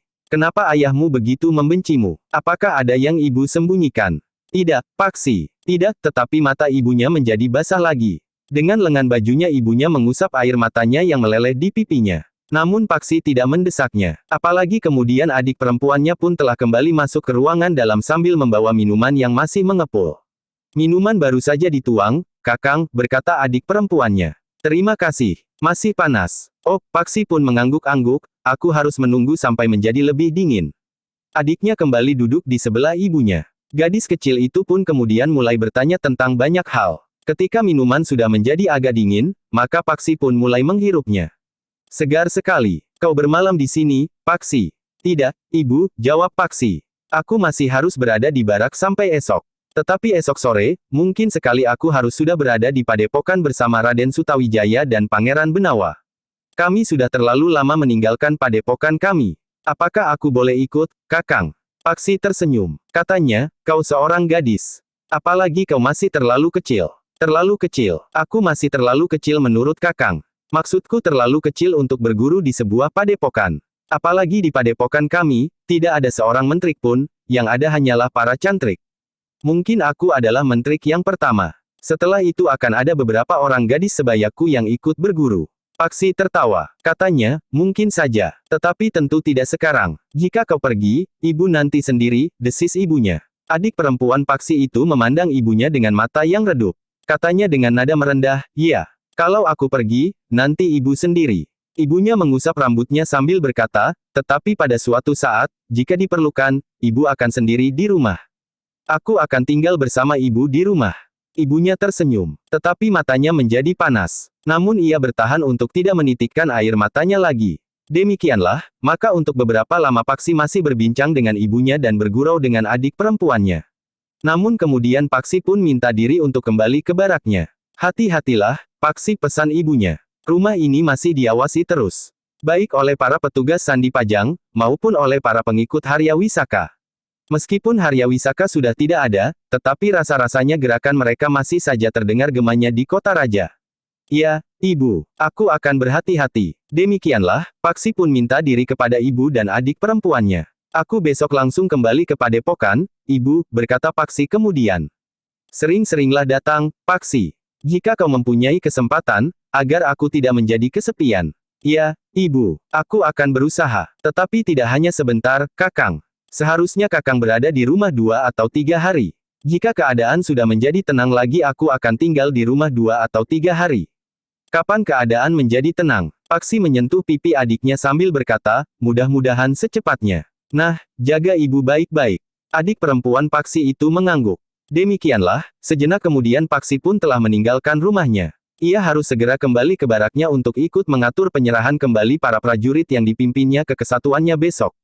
Tetapi di luar sadarnya, seperti yang dikatakan oleh ibunya, rumah itu memang masih diawasi oleh para pengikut Harya Wisaka. Mereka sudah tahu, bahwa salah seorang anak laki-laki Ki Tumenggung Sarpabiwada telah ikut serta memburu Harya Wisaka dan bahkan juga memburu Ki Tumenggung itu sendiri. Mereka pun telah meyakini kemantapan perintah Ki Tumenggung Sarpabiwada sendiri untuk membunuh anak laki-lakinya itu. Ketika Paksi menyusuri jalan menuju ke baraknya, maka 2 orang telah mengikutinya dengan hati-hati. Namun akhirnya Paksi pun mengetahui, bahwa 2 orang telah mengikutinya. Ia tidak tahu, apakah kedua orang itu prajurit Sandi Pajang atau mereka adalah para pengikut Harya Wisaka sebagaimana dikatakan oleh ibunya. Karena itu, maka Paksi pun justru telah memperlambat langkahnya. Paksi pun justru memilih jalan yang panjang dan sepi. Ketika Paksi berbelok di sebuah kelokan, maka kedua orang yang mengikutinya itu pun telah berbelok pula. Namun keduanya termangu-mangu. Paksi tidak lagi nampak berjalan di depan mereka. Di mana anak itu? Desis yang seorang. Tidak mungkin ia begitu saja hilang seperti ditelan bumi. Jadi, di mana? Mungkin anak itu memasuki salah satu regol halaman di menyebelah jalan ini. Apakah kita harus memasuki setiap regol halaman? Namun keduanya terkejut ketika tiba-tiba saja terdengar suara di belakang sebatang pohon gayam yang besar, yang tumbuh di pinggir jalan itu, kalian mencari siapa, Kisanak? Kedua orang itu terkejut. Seseorang tiba-tiba saja muncul dari balik pohon gayam itu. Paksi, anak setan, geram salah seorang dari kedua orang itu. Siapakah kalian berdua? Kenapa kalian mengikuti aku? Kau harus dibunuh, geram salah seorang dari mereka. Kenapa aku harus dibunuh? Kita belum berkenalan. Tiba-tiba saja kalian ingin membunuh aku. Kami prajurit Sandi Pajang. Kami mendapat perintah untuk membunuhmu. Kenapa? Itu bukan persoalanku. Perintah itu harus kami jalankan. Kalian berada di bawah perintah siapa? Ki Gede Pemanahan atau Ki Panengah? Kedua orang itu nampak ragu-ragu. Tetapi mereka tahu, bahwa Ki Gede Pemanahan adalah Panglima Prajurit Pajang, sehingga tentu ada orang lain yang secara khusus memimpin prajurit Sandi Pajang. Dalam keraguan-raguan itu, Paksi pun berkata, kalian tentu prajurit Sandi yang langsung berada di bawah Ki Gede Pemanahan. Seorang di antara mereka tiba-tiba saja menjawab, tidak, kami tidak berada di bawah pimpinan langsung Panglima Prajurit Pajang itu. Tetapi kami berada di bawah perintah Ki Panengah. Paksi tersenyum. Ia tahu pasti, bahwa kedua orang itu bukan prajurit Sandi Pajang. Selain keduanya tidak tahu, bahwa Ki Panengah sama sekali tidak ada hubungannya dengan prajurit Sandi dalam tatanan keprajuritan, prajurit Sandi Pajang tidak akan berusaha untuk langsung membunuhnya. Tetapi prajurit Sandi Pajang tentu hanya mengamatinya atau sejauh-jauhnya, mereka akan menangkapnya apabila mereka mencurigainya, karena ia adalah anak tumenggung Sarpabiwada. Karena itu, maka sikap Paksi pun sudah pasti. Ia ingin menangkap kedua orang itu atau setidak-tidaknya seorang di antara mereka. Orang itu akan dapat dipergunakan sebagai rambatan untuk melacak persembunyian Harya Wisaka. Sejenak Paksi memandang sekitarnya. Jalan itu adalah jalan yang terhitung sepi meskipun berada di kota raja. Kau tidak akan sempat menunggu orang lain yang akan dapat membantumu. Kau akan langsung mati sehingga jika ada orang yang lewat, mereka hanya akan menemukan mayatmu. Aku dapat berteriak, berkata Paksi. Kau tidak mempunyai kesempatan. Ternyata orang itu memang tidak memberi kesempatan. Dengan cepat, seorang di antaranya mencabut kerisnya dan langsung menikam Paksi di arah jantung. Namun orang itu terkejut. Kerisnya tidak menyentuh tubuh Paksi. Tetapi keris itu telah menancap di batang pohon gayam yang semula berada di belakang Paksi. Paksi sendiri sudah bergeser selangkah ke samping. Menyerahlah, desis Paksi kemudian, aku adalah prajurit Sandi Pajang yang langsung berada di bawah perintah Ki Gede Pemanahan. Kedua orang itu termangu-mangu sejenak. Keris yang menancap pada batang pohon gayam itu harus dicabut. Tetapi tidak terlalu mudah. Tidak ada gunanya kalian melawan, berkata Paksi kemudian. Persetan, geram seorang di antara kedua orang itu. Bahwa kau berhasil menghindar itu bukan pertanda bahwa kau akan dapat mengalahkan kami. Paksi tertawa. Katanya, kalian tentu tidak ingin mati di sini. Keduanya tidak menjawab. Tetapi tiba-tiba saja keduanya menyerang dengan garangnya. Seorang di antara mereka pun telah mencabut kerisnya pula. Paksi mundur selangkah. Kesempatan itu dipergunakan oleh seorang yang lain untuk mencabut kerisnya yang tertancap di pohon gayam itu. Paksi tertawa lebih keras ketika ia melihat orang yang mencabut keris dengan mengerahkan tenaganya itu justru hampir jatuh terlentang. Dengan susah payah ia berusaha mempertahankan keseimbangannya. Hati-hatilah, berkata Paksi, kau akan dapat terjatuh nanti. Aku koyak mulutmu, geram orang itu. Keduanya pun kemudian telah menyerang Paksi dengan garangnya. Masing-masing dengan keris di tangannya.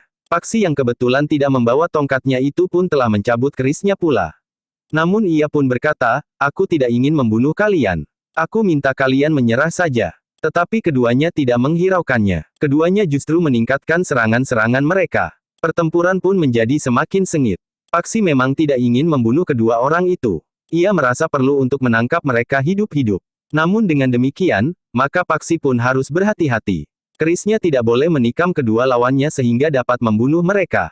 Seandainya ia berhasil melukainya dengan kerisnya, ia pun harus segera menaburkan obat pada luka itu, karena kerisnya adalah keris yang mengandung warangan yang keras. Jika ia terlambat, maka orang yang terluka oleh kerisnya itu pun akan mati.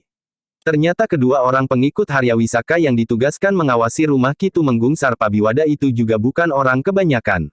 Keduanya juga memiliki kemampuan olah kanuragan, sehingga dengan demikian, maka Paksi pun tidak mudah menundukkan mereka tanpa membunuh. Tetapi Paksi pun tidak mau terbunuh pula. Pertempuran itu semakin lama menjadi semakin sengit. Namun kedua orang pengikut Harya Wisaka itu pun segera terdesak. Sulit bagi mereka untuk dapat mengimbangi kemampuan Paksi. Dalam pada itu, ketika pertempuran itu menjadi semakin seru, maka orang yang tinggal di rumah sebelah mulai mendengar keributan itu. Kedua orang yang akan membunuh Paksi itu kadang-kadang memang berteriak untuk menghentakkan tenaganya. Mula-mula orang yang tinggal di rumah sebelah mendengarkan dari balik dinding halaman rumahnya, suara apakah yang terdengar ribut di pinggir jalan di depan rumahnya itu.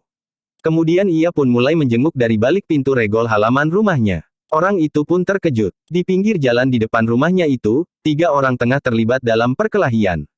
Pada saat yang hampir bersamaan, orang yang tinggal di seberang jalan telah menjenguknya pula. Bahkan orang itu telah melangkah keluar pintu regolnya. Orang itu juga terkejut. Ketika ia melihat tetangganya di seberang jalan menjenguk, maka ia pun segera berlari melintasi jalan.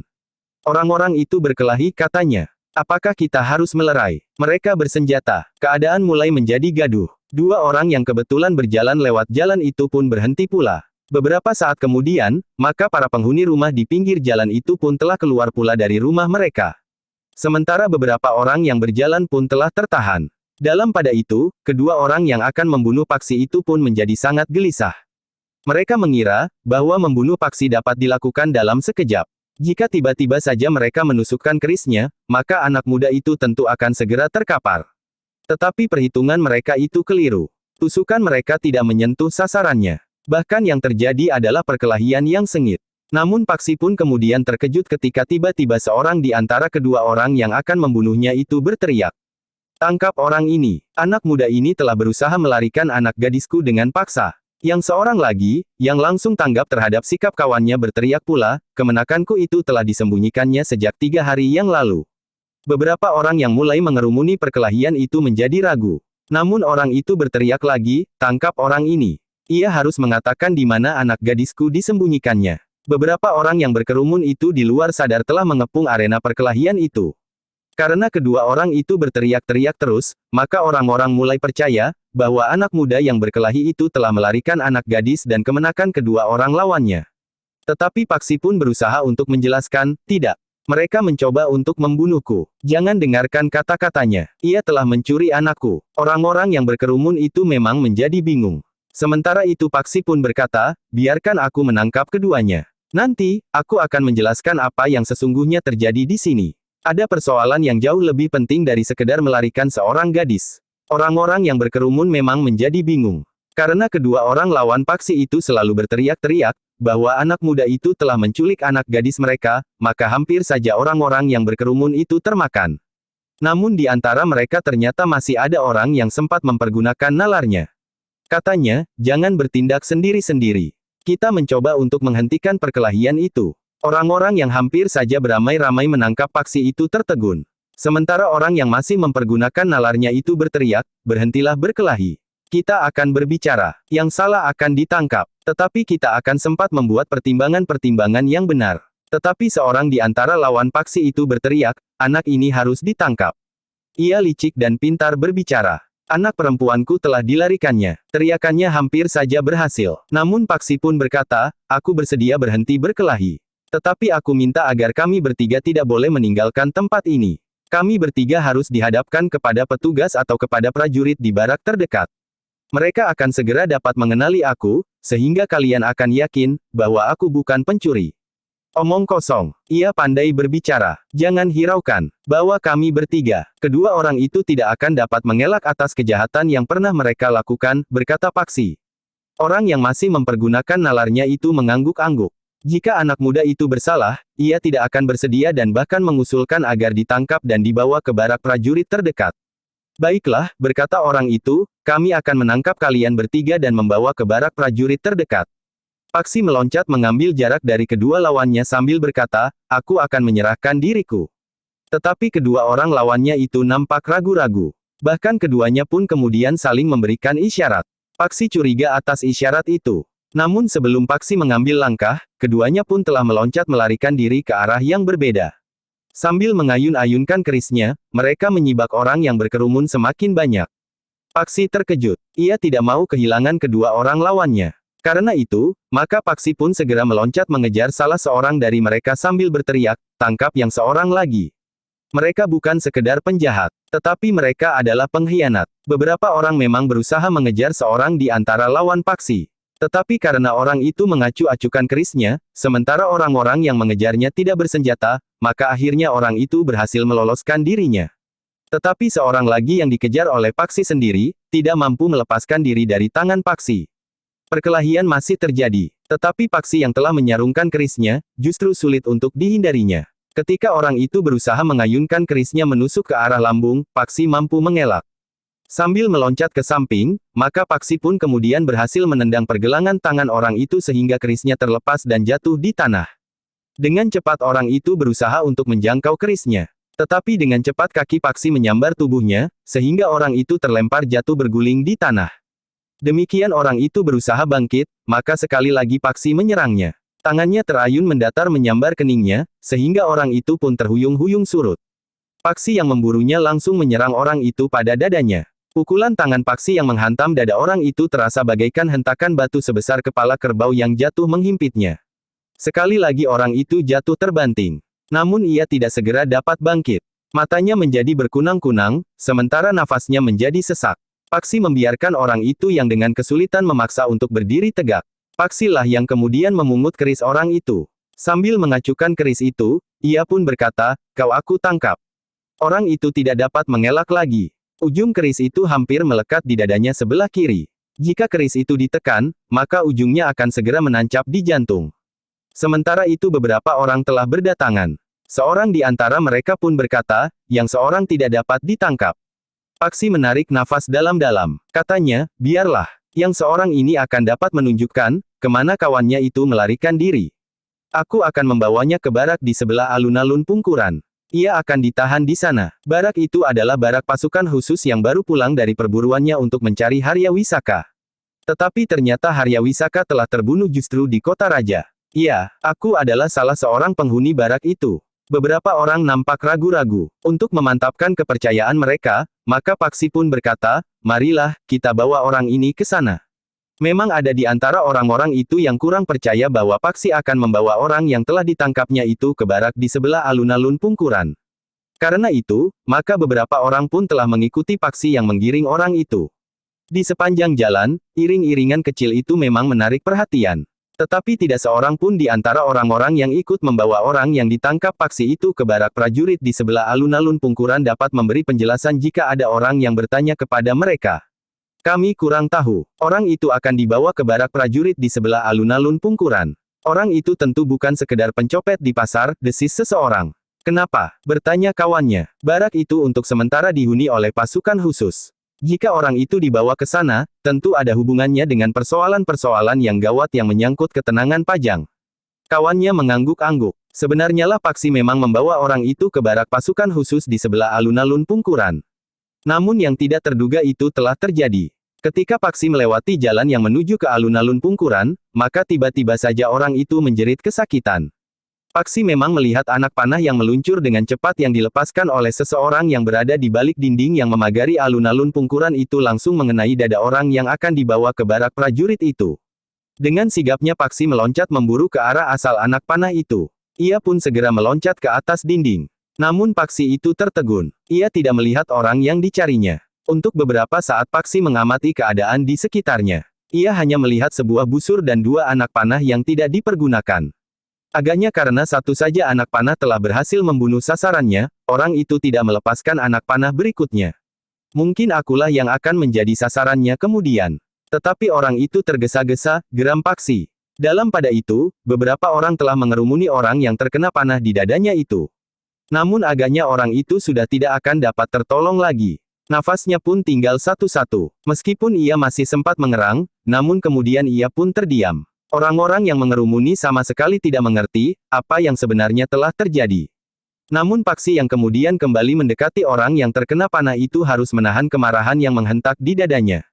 Tetapi orang itu sudah mati. Paksi yang jantungnya bergejolak itu pun kemudian berkata kepada orang-orang yang berkerumun, "Siapa yang mau membantu aku untuk pergi ke barak itu?"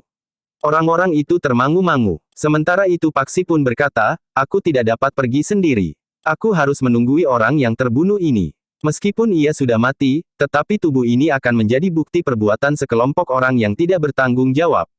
Apa yang harus kami lakukan jika ada di antara kami yang bersedia pergi ke barak itu?" bertanya seorang anak muda. "Hanya melaporkan apa yang telah terjadi kepada Raden Sutawijaya atau kepada Pangeran Benawa." "Raden Sutawijaya atau Pangeran Benawa? Apakah salah seorang di antara kami akan dapat menghadap salah seorang dari keduanya? Laporkan saja kepada petugas di Regol untuk menyampaikan kepada Raden Sutawijaya atau Pangeran Benawa. Katakan bahwa aku berada di sini." Namaku Paksi. Anak muda itu ragu-ragu sejenak. Namun kemudian ia pun berkata, aku akan pergi ke barak itu. Demikianlah, beberapa lama Paksi menunggu. Semakin lama semakin banyak orang yang berkerumun. Mereka bertanya-tanya apa yang telah terjadi. Tetapi tidak seorang pun yang dapat memberikan jawaban yang jelas. Namun beberapa saat kemudian, beberapa orang berkuda mendatangi tempat itu. Mereka pun kemudian menyibak orang-orang yang berkerumun di sekitar tubuh yang terbaring dengan panah menancap di dadanya. Dua orang di antara mereka adalah Raden Sutawijaya dan Pangeran Benawa. Kita bawa tubuh ini ke barak, berkata Raden Sutawijaya. Seorang prajurit pun kemudian telah menaikkan tubuh yang sudah tidak bernyawa lagi itu ke atas punggung seekor kuda. Kemudian menuntun kuda itu ke barak diiringi oleh beberapa orang prajurit yang lain. Paksi pun kemudian berkata kepada orang-orang yang berkerumun, aku mengucapkan terima kasih atas kesediaan kalian membantu. Orang-orang itu saling berpandangan. Ternyata anak muda itu tidak berbohong, bahwa ia memang salah seorang penghuni barak pasukan khusus. Bahkan anak muda itu nampak begitu akrab dengan Raden Sutawijaya dan Pangeran Benawa. Apalagi orang-orang yang hampir saja termakan oleh teriakan-teriakan dua orang yang bertempur melawan anak muda itu. Seandainya mereka benar-benar berusaha menangkapnya dan memukulinya, maka anak muda itu tentu tidak akan berdiam diri. Beberapa orang di antara mereka tentu akan menjadi korban. Kemudian, kemarahan para prajurit dari pasukan khusus itu akan dapat menjadi bencana bagi mereka. Sejenak kemudian, maka Paksi pun minta diri kepada orang-orang yang masih berkerumun. Katanya kemudian, sekarang, aku persilahkan kalian meninggalkan tempat ini. Sekali lagi terima kasih. Jika kalian melihat atau mengalami sesuatu yang terasa ganjil, hubungi aku, Paksi. Atau jika besok aku meninggalkan barak itu, hubungi prajurit Pajang dimanapun. Orang-orang yang berkerumun itu berdiri termangu-mangu. Mereka kemudian memandang Paksi yang meloncat ke punggung seekor kuda yang diberikan oleh seorang prajurit kepadanya. Sementara prajurit itu pun berjalan kaki menyusul kawannya yang menuntun kuda yang di punggungnya diletakkan mayat orang yang terbunuh oleh panah yang dilepaskan oleh orang yang tidak dikenal. Jarak dari tempat itu ke barak pasukan khusus itu memang sudah dekat. Memang hanya bergeser beberapa puluh patok saja, sehingga sejenak kemudian Paksi pun telah berada di barak itu. Demikian Paksi duduk di pendapa bersama Raden Sutawijaya dan Pangeran Benawa, maka Paksi pun segera melaporkan apa yang telah terjadi. Raden Sutawijaya dan Pangeran Benawa mendengarkan laporan Paksi dengan sungguh-sungguh. Demikian Paksi selesai menyampaikan laporannya, maka Pangeran Benawa pun berkata, aku kagumi kesetiaan para pengikut Harya Wisaka. Memang luar biasa, Raden Sutawijaya pun mengangguk-angguk. Dengan demikian, kita pun tahu, bahwa kau merupakan salah satu sasaran utama dari para pengikut Harya Wisaka, Paksi. Tentu ada hubungannya dengan perintah ayahku sendiri. Satu teka-teki yang rumit, kenapa ayahmu ingin membunuhmu? Desis Raden Sutawijaya. Sementara kita tahu, bahwa persoalannya bukan karena kau memusuhi Harya Wisaka. Usaha ayahmu menyingkirkanmu sudah dilakukan sejak kau belum terlibat dalam permusuhan dengan Harya Wisaka. Itulah yang membuat aku bersedih, Raden. Sudahlah, berkata Raden Sutawijaya, jangan menambah beban di hatimu. Untuk sementara batasi persoalan yang kau hadapi. Kita sedang mencari Harya Wisaka. Jika kita berhasil, maka kita berharap untuk dapat menemukan Kitu Menggung Sarpabiwada. Paksi pun mengangguk-angguk. Nah, sekarang kita akan menyerahkan orang yang terbunuh itu untuk dikuburkan dengan baik. Di mana orang itu akan dikuburkan? Biarlah orang itu dikubur dekat kuburan orang yang disebut Harya Wisaka itu. Sementara kita harus mempersiapkan penyerahan para prajurit dari pasukan khusus ini ke kesatuan mereka masing-masing. Paksi mengangguk-angguk. Demikianlah, maka Paksi pun segera tenggelam dalam kesibukan. Ia harus mempersiapkan kelompoknya untuk menyerahkan mereka kembali ke kesatuan mereka. Perpisahan yang segera akan terjadi itu memang tidak menyenangkan setelah beberapa lama mereka bersama-sama. Bukan sekedar bersama-sama bertamasya menyusuri lembar dan lereng-lereng pegunungan yang udaranya segar. Tetapi mereka bersama-sama bertarung dengan taruhan nyawa mereka. Beberapa orang di antara mereka benar-benar telah terbunuh sehingga untuk selamanya tidak akan bertemu lagi. Karena itu, maka hubungan Paksi dan para prajurit menjadi sangat erat. Mereka merasa menjadi sekelompok orang senasib sepenanggungan. Apakah Kilura dapat masuk ke dalam kesatuan kami? Bertanya seorang prajuritnya. Paksi tersenyum. Katanya, aku bukan seorang lurah prajurit yang sebenarnya. Karena itu, aku pun harus kembali ke kesatuanku. Kesatuan yang mana? Bertanya prajurit yang lain. Bukankah aku berasal dari padepokan di hutan Jabung? Prajurit itu menarik nafas. Katanya, Kilura sudah putus segala macam ilmu kanuragan. Karena itu, Kilura dapat meninggalkan padepokan dan benar-benar menjadi seorang prajurit. maka Ki Lurah pun akan benar-benar diangkat menjadi seorang lurah prajurit pada usia yang masih muda. Paksi tersenyum. Katanya, aku harus kembali ke padepokan. Masih banyak yang harus aku pelajari. Pada saatnya aku akan mengabdikan diriku bagi Pajang. Mungkin menjadi seorang prajurit, mungkin lewat jalur pengabdian yang lain. Prajurit itu mengangguk-angguk. Namun prajurit yang lain pun berkata, kami berharap bahwa Ki Lurah akan sering datang ke kesatuan kami. Iya, aku akan berusaha untuk datang mengunjungi kalian di barak kalian. Di barakku tidak ada seorang pemimpin yang memiliki tataran ilmu sebagaimana Ki Lurah Paksi. Jangan membuat penilaian atas atasanmu. Mereka tentu orang-orang berilmu. Kalian adalah prajurit yang diikat oleh pageran serta kesetiaan terhadap pengabdian. Ketika malam turun, maka di barak pasukan khusus yang jumlahnya tidak terlalu banyak itu telah diselenggarakan pertemuan khusus untuk menyelenggarakan acara perpisahan. Seorang prajurit yang lukanya masih belum sembuh, dengan haru berkata kepada Raden Sutawijaya, Pangeran Benawa dan Paksi, kami belum pernah mendapat seorang pemimpin seperti Raden, seperti Pangeran dan seperti Ki Lurah Paksi. Tentu tidak, tetapi karena pada saat terakhir kalian berjuang bersama kami, maka seakan-akan kami adalah orang-orang terdekat dengan kalian. Tetapi aku minta, bahwa kalian akan dapat kembali pada suasana semula di kesatuan kalian, berkata Raden Sutawijaya. Sementara itu Pangeran Benawa pun berkata, keberadaan kami di antara kalian, jangan sampai merusakkan kesetiaan kalian kepada pageran bagi seorang prajurit yang harus kalian taati. Aku adalah Pangeran Benawa, putra Kangjeng Sultan di Pajang. Atas nama Ayahanda, Pajang mengucapkan terima kasih kepada kalian. Tetapi tentu dengan pesan, bahwa pada kalian masih dituntut kesediaan kalian meningkatkan perjuangan atas dasar pengabdian lebih tinggi lagi. Para prajurit itu mengangguk-angguk. Besok akan ada upacara penyerahan kembali pasukan khusus ini. Upacara itu akan dihadiri oleh Ki Gede Pemanahan, yang secara resmi akan mewakili Ayahanda Kangjeng Sultan Hadiwijaya. Malam itu dilalui dengan suasana yang berbaur antara kegembiraan dan keharuan. Namun mereka bukanlah orang-orang yang cengeng. Mereka berhadapan dengan kenyataan dan ketahanan jiwa seorang prajurit. Karena itu, maka mereka jalani tugas-tugas mereka dengan hati lapang. Demikianlah, di hari berikutnya, maka di halaman barak itu telah dilakukan penyerahan kembali para prajurit dari pasukan khusus itu kepada kesatuan mereka masing-masing. Penyerahan kembali itu pun ternyata tidak luput dari perhatian para pengikut Harya Wisaka. Mereka mengartikan serah terima itu sebagai satu babak akhir dari usaha perburuan terhadap Harya Wisaka, karena Harya Wisaka sudah dinyatakan mati. Mereka tidak akan memburunya lagi, desis seorang petugas sandi yang ditugaskan Harya Wisaka untuk mengamati para prajurit dari pasukan khusus itu. Ternyata ketajaman penglihatan orang-orang Pajang hanya sampai sekian. Kawannya tertawa. Katanya, permainan Harya Wisaka kali ini benar-benar meyakinkan. Jangan didengar orang lain, meskipun orang-orang di lingkungan kita sendiri. Orang-orang kita pun harus yakin, bahwa Harya Wisaka telah mati. Apakah pernyataan itu tidak mengendorkan perjuangan para pengikut Harya Wisaka? Mungkin, tetapi Pajang akan kehilangan kewaspadaan. Demikianlah, saat matahari sepenggalah, maka upacara itu pun sudah selesai. Para prajurit mendapat kesempatan untuk beristirahat di rumah mereka masing-masing. Jika saatnya mereka kembali, maka mereka tidak lagi kembali ke barak pasukan khusus itu. Tetapi mereka akan kembali ke barak pasukan mereka semula. Dalam pada itu, ketika Ki Gede Pemanahan yang menghadiri upacara serah terima itu sudah meninggalkan barak itu, maka Raden Sutawijaya, Pangeran Benawa dan Paksi pun telah bersiap-siap untuk kembali ke barak.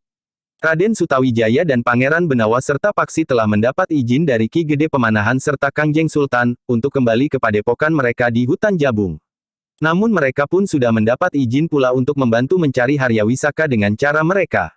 Kita akan kembali ke padepokan sore nanti bersama-sama Ki Waskita, berkata Raden Sutawijaya.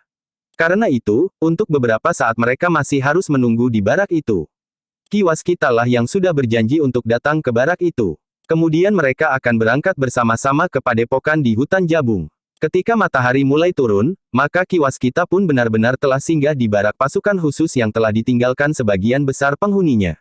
Hanya para petugas dari kesatuan lain tetap berada di barak itu. Kapan kita akan berangkat? Bertanya Ki Waskita. Kapan saja menurut Ki Waskita, jawab Raden Sutawijaya. Pada dasarnya kami sudah siap. Kita tinggal menunggu Ki Waskita. Demikian Ki Waskita memerintahkan kami berangkat, maka kami pun akan berangkat.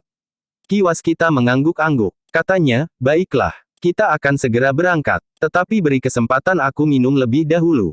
Oh, silahkan, Ki Waskita, jawab Raden Sutawijaya. Paksilah yang kemudian bangkit untuk mengambil minuman ke dapur untuk beberapa saat mereka masih berada di barak itu. Paksi masih sempat bercerita tentang dua orang yang akan membunuhnya ketika ia mengunjungi ibu dan adiknya. Ki Waskita menarik nafas panjang.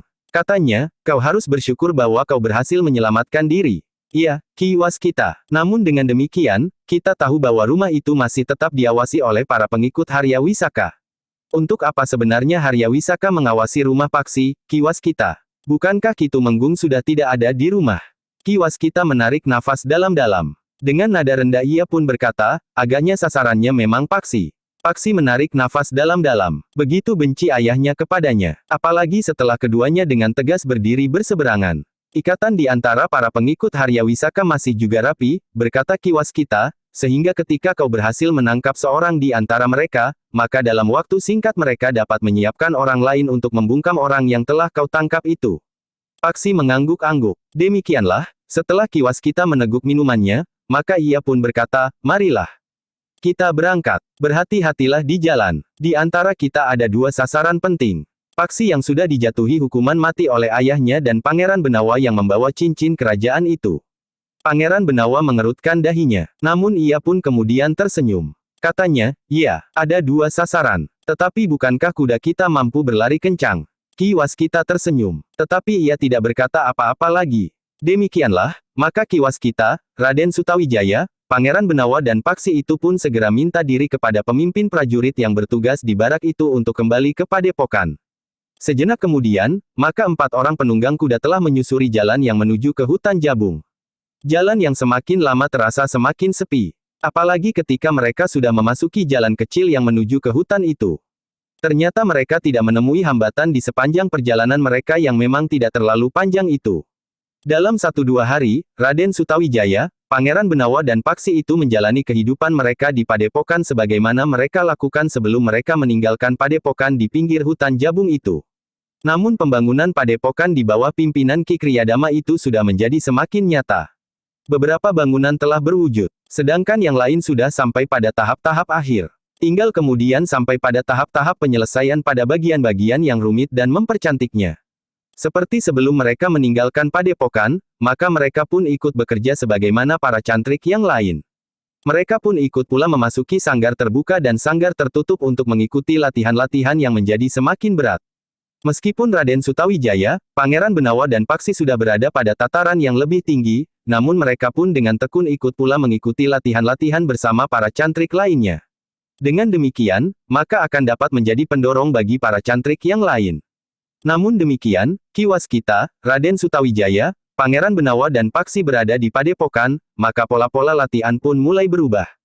Orang-orang berilmu tinggi itu mendapat tugas khusus untuk membimbing para cantrik itu dalam latihan-latihan khusus, sehingga dengan demikian, kemampuan para cantrik itu akan meningkat lebih cepat. Namun dalam pada itu, Raden Sutawijaya, Pangeran Benawa dan Paksi, tidak melupakan kesediaan mereka untuk ikut mencari Harya Wisaka dengan cara mereka. Tetapi pertanyaan pun timbul di antara mereka, cara yang bagaimana yang akan mereka tempuh. Raden Sutawijaya tersenyum sendiri ketika mereka berbicara tentang maksud mereka untuk ikut mencari Harya Wisaka. Dari mana kita akan mulai, desis Raden Sutawijaya itu. Itulah yang sulit, sahut Pangeran Benawa. Para petugas sandi dan para prajurit sudah melakukan sejak lama. Tetapi mereka masih belum menemukannya. Padahal Harya Wisaka itu sedang dalam keadaan luka cukup parah. Apakah kita dapat minta petunjuk kepada Ki Waskita dan Ki Panengah? Kita memang tidak akan melibatkan orang lain. Tetapi bukankah kita dapat mendengarkan petunjuk-petunjuk orang lain yang kita percaya dan kita yakini akan membantu kita? Bertanya Paksi. Aku tidak berkeberatan, berkata Raden Sutawijaya. Sementara itu, Pangeran Benawa pun menyahut, aku sependapat. Kita dapat minta petunjuk mereka. Ketiganya pun sepakat untuk berbicara dengan Ki Panengah dan Ki Waskita setelah mereka selesai dengan tugas-tugas mereka. Ketika kemudian para cantrik termasuk Raden Sutawijaya, Pangeran Benawa dan Paksi selesai berlatih, sementara malam menjadi semakin malam, Raden Sutawijaya pun menemui Ki Panengah dan Ki Waskita, mohon waktu untuk menghadap. Silahkan Raden. Aku, Adimas Pangeran Benawa dan Paksi ingin berbicara tentang usaha memburu Harya Wisaka. Baiklah, Raden. Aku dan Ki Waskita menunggu di peringgitan. Terima kasih atas perkenan Ki Panengah dan Ki Waskita. Kami akan mandi dahulu. Demikianlah, setelah Raden Sutawijaya, Pangeran Benawa dan Paksi mandi dan mengganti pakaian mereka yang basah oleh keringat, maka mereka pun segera menghadap Ki Panengah dan Ki Waskita di peringgitan. Apa yang ingin Raden bicarakan? Bertanya Ki Panengah. Raden Sutawijaya beringsut setapak. Dengan nada datar ia pun berkata, kami ingin berbicara tentang usaha kami untuk ikut serta mencari Harya Wisaka. Ki Panengah itu pun tersenyum. Katanya, aku mengerti. Kalian tentu terpanggil untuk melakukannya. Apalagi setelah kalian membawa pasukan khusus memburunya sampai jauh ke selatan. Namun ternyata Harya Wisaka itu masih berada di kota raja. Ki Gede memang sudah memperhitungkan, sahut Ki Waskita. Itulah sebabnya, aku dipanggil untuk ikut menjebaknya. Tetapi kami gagal menangkap Harya Wisaka. Rasa-rasanya Pajang tidak akan dapat tenang sebelum Harya Wisaka itu tertangkap. Selama ia masih memimpin pasukannya, maka setiap saat ia akan dapat menggerakkan pasukannya yang kuat untuk menyerang kota raja. Iya, pasukannya tersebar di mana-mana, terutama di pegunungan Kendeng, desis Ki Waskita. Hanya jika Harya Wisaka tertangkap, maka pasukannya akan bercerai-berai. Apakah kabar kematiannya itu tidak berpengaruh terhadap para pengikutnya? Bertanya Paksi. Para pemimpinnya tentu tahu, bahwa Harya Wisaka tidak mati. Paksi mengangguk-angguk. Nah, kami ingin mendapat petunjuk, dari mana kami harus mulai. Apakah kami harus mengawasi setiap pintu di seluruh kota raja, atau kami sebaiknya berkeliaran siang dan malam di jalan-jalan dan lorong-lorong sempit atau bagaimana menurut pendapat Ki Panengah dan Ki Waskita? Memang rumit, desis Ki Panengah. Harya Wisaka tentu berada di satu tempat yang tersembunyi. Ia tidak akan pernah keluar dari persembunyiannya sebelum ia sembuh benar serta tenaga dan kemampuannya pulih kembali. Para prajurit dan para petugas sandi sudah mencarinya dari rumah ke rumah. Bukan hanya rumah-rumah orang yang dicurigai, tetapi setiap rumah di kota raja sudah dimasuki. Tetapi para prajurit itu tidak juga dapat menemukannya. Ki Panengah mengangguk-angguk. Katanya, memang sulit untuk mencari seorang yang berilmu tinggi dan mempunyai pengikut yang luas. Banyak orang yang bersedia melindunginya dan bahkan siap menanggung akibatnya jika perlindungannya itu kemudian diketahui oleh para prajurit Pajang. Kita tidak dapat sekedar menunggu. Aku mengerti, sahut Ki Panengah, tetapi kalian pun tidak boleh tergesa-gesa. Apa yang terjadi pada Paksi ketika ia menengok ibu dan adiknya, memperingatkan kalian, bahwa di kota raja bertebaran orang-orang yang memusuhi kalian. Nampaknya mereka dengan mudah mengenali kalian, sedangkan kalian sangat sulit untuk mengenali mereka. Tetapi kami pun dapat membuat diri kami tidak mudah dikenali, berkata Pangeran Benawa. Menyamarkan diri akan dapat menjadi salah satu cara untuk mencari jejak Harya Wisaka. Tetapi kalian tidak boleh menyesalinya jika usaha itu menjadi sia-sia. Tetapi bukankah kita harus berusaha? Desis Pangeran Benawa. Iya, kita harus berusaha. Namun dalam pada itu, Ki Waskita pun berkata, kita tidak harus langsung menemukan Harya Wisaka.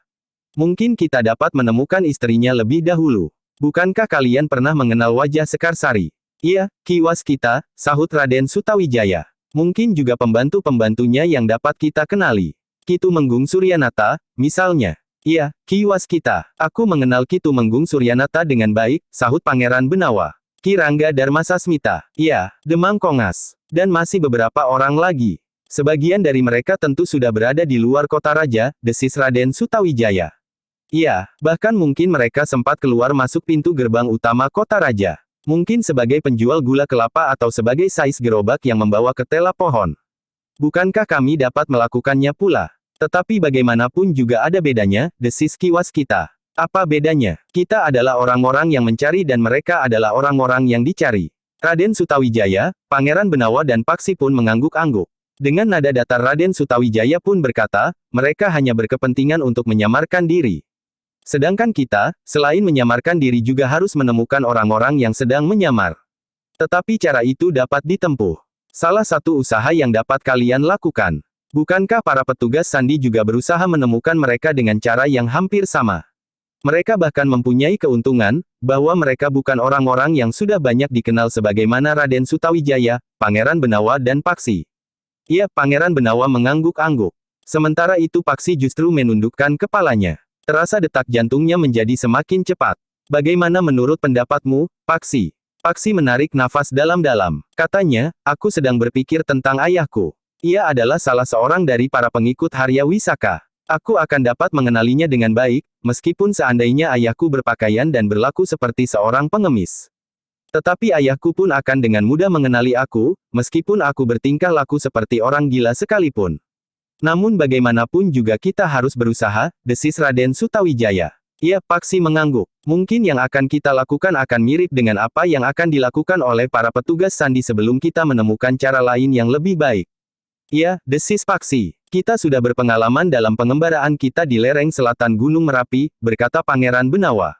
Aku sama sekali tidak menyamar sebagai siapa-siapa. Aku mengembara sebagai aku sendiri. Sementara itu, Pangeran memang tidak dikenal oleh orang-orang padesan itu. Kau benar, Paksi, berkata Pangeran Benawa. Tetapi kita untuk sementara tidak mempunyai cara lain. Kita pun tidak dapat menjamin bahwa kita tidak akan bertemu dan berhadapan dengan Ki Tumenggung Sarpabiwada. Paksi, berkata Ki Waskita, jika kau kemudian harus berselisih dengan ayahmu, itu bukan karena kau seorang anak yang tidak tahu diri. Bukan seorang anak durhaka yang tidak tahu kebaikan orang tua. Tetapi kau tahu, bahwa ayahmu itu adalah seorang yang telah melawan Pajang. Seorang yang telah memberontak. Sehingga persoalannya menjadi jelas. Paksi hanya menundukkan kepalanya. Jantungnya berdesir ketika Raden Sutawijaya itu pun berkata, kau tidak berdosa jika kau melawan ayahmu itu, Paksi. Selain kau mengemban tugas negara, kau juga sekedar mempertahankan hidupmu, karena pada suatu saat, akhirnya kau harus memilih, kau atau ayahmu yang harus mati. Paksi menarik nafas dalam-dalam. Namun akhirnya, cara itu pun akan dipergunakan untuk sementara sebelum mereka menemukan cara yang lebih baik. Pada hari-hari tertentu, terutama pada hari-hari pasaran di Pasar Gede, mereka akan memasuki kota dengan membawa segerobak kelapa ke pasar. Mungkin mereka akan bertemu dengan pengikut Harya Wisaka yang dapat mereka kenali, atau bahkan orang-orang terpenting di antara mereka. Sebenarnya lah, pada hari pasaran di Pasar Gede, ketiga orang itu membawa segerobak ketela pohon memasuki kota raja. Mereka pun langsung membawa gerobak mereka ke pasar. Raden Sutawijaya, Pangeran Benawa dan Paksi ternyata tidak canggung-canggung lagi menjual hasil bumi itu. Sebelumnya mereka sudah mempelajari apa yang harus mereka lakukan, jika mereka membawa segerobak ketela pohon. Di pasar itu, beberapa orang pedagang sudah menunggu. Mereka membeli ketela pohon dari manapun untuk mereka jadikan gaplek yang dapat tahan lama. Di masa paceklik di daerah pegunungan yang tanahnya tidak subur, gaplek akan menjadi makanan pokok pengganti beras dan jagung. Setelah gerobak mereka kosong, maka mereka bertiga tidak segera pergi meninggalkan pasar. Mereka masih duduk-duduk di pinggir jalan, tidak jauh dari pasar itu sambil mengamati orang-orang yang hilir mudik. Tetapi mereka tidak melihat seorang pun yang dapat mereka kenali. Ketika seorang perempuan cantik dalam pakaian yang kusut lewat, Pangeran Benawa bergeser setapak. Namun kemudian dengan nada rendah ia pun berdesis, aku kira Bibi Sekarsari.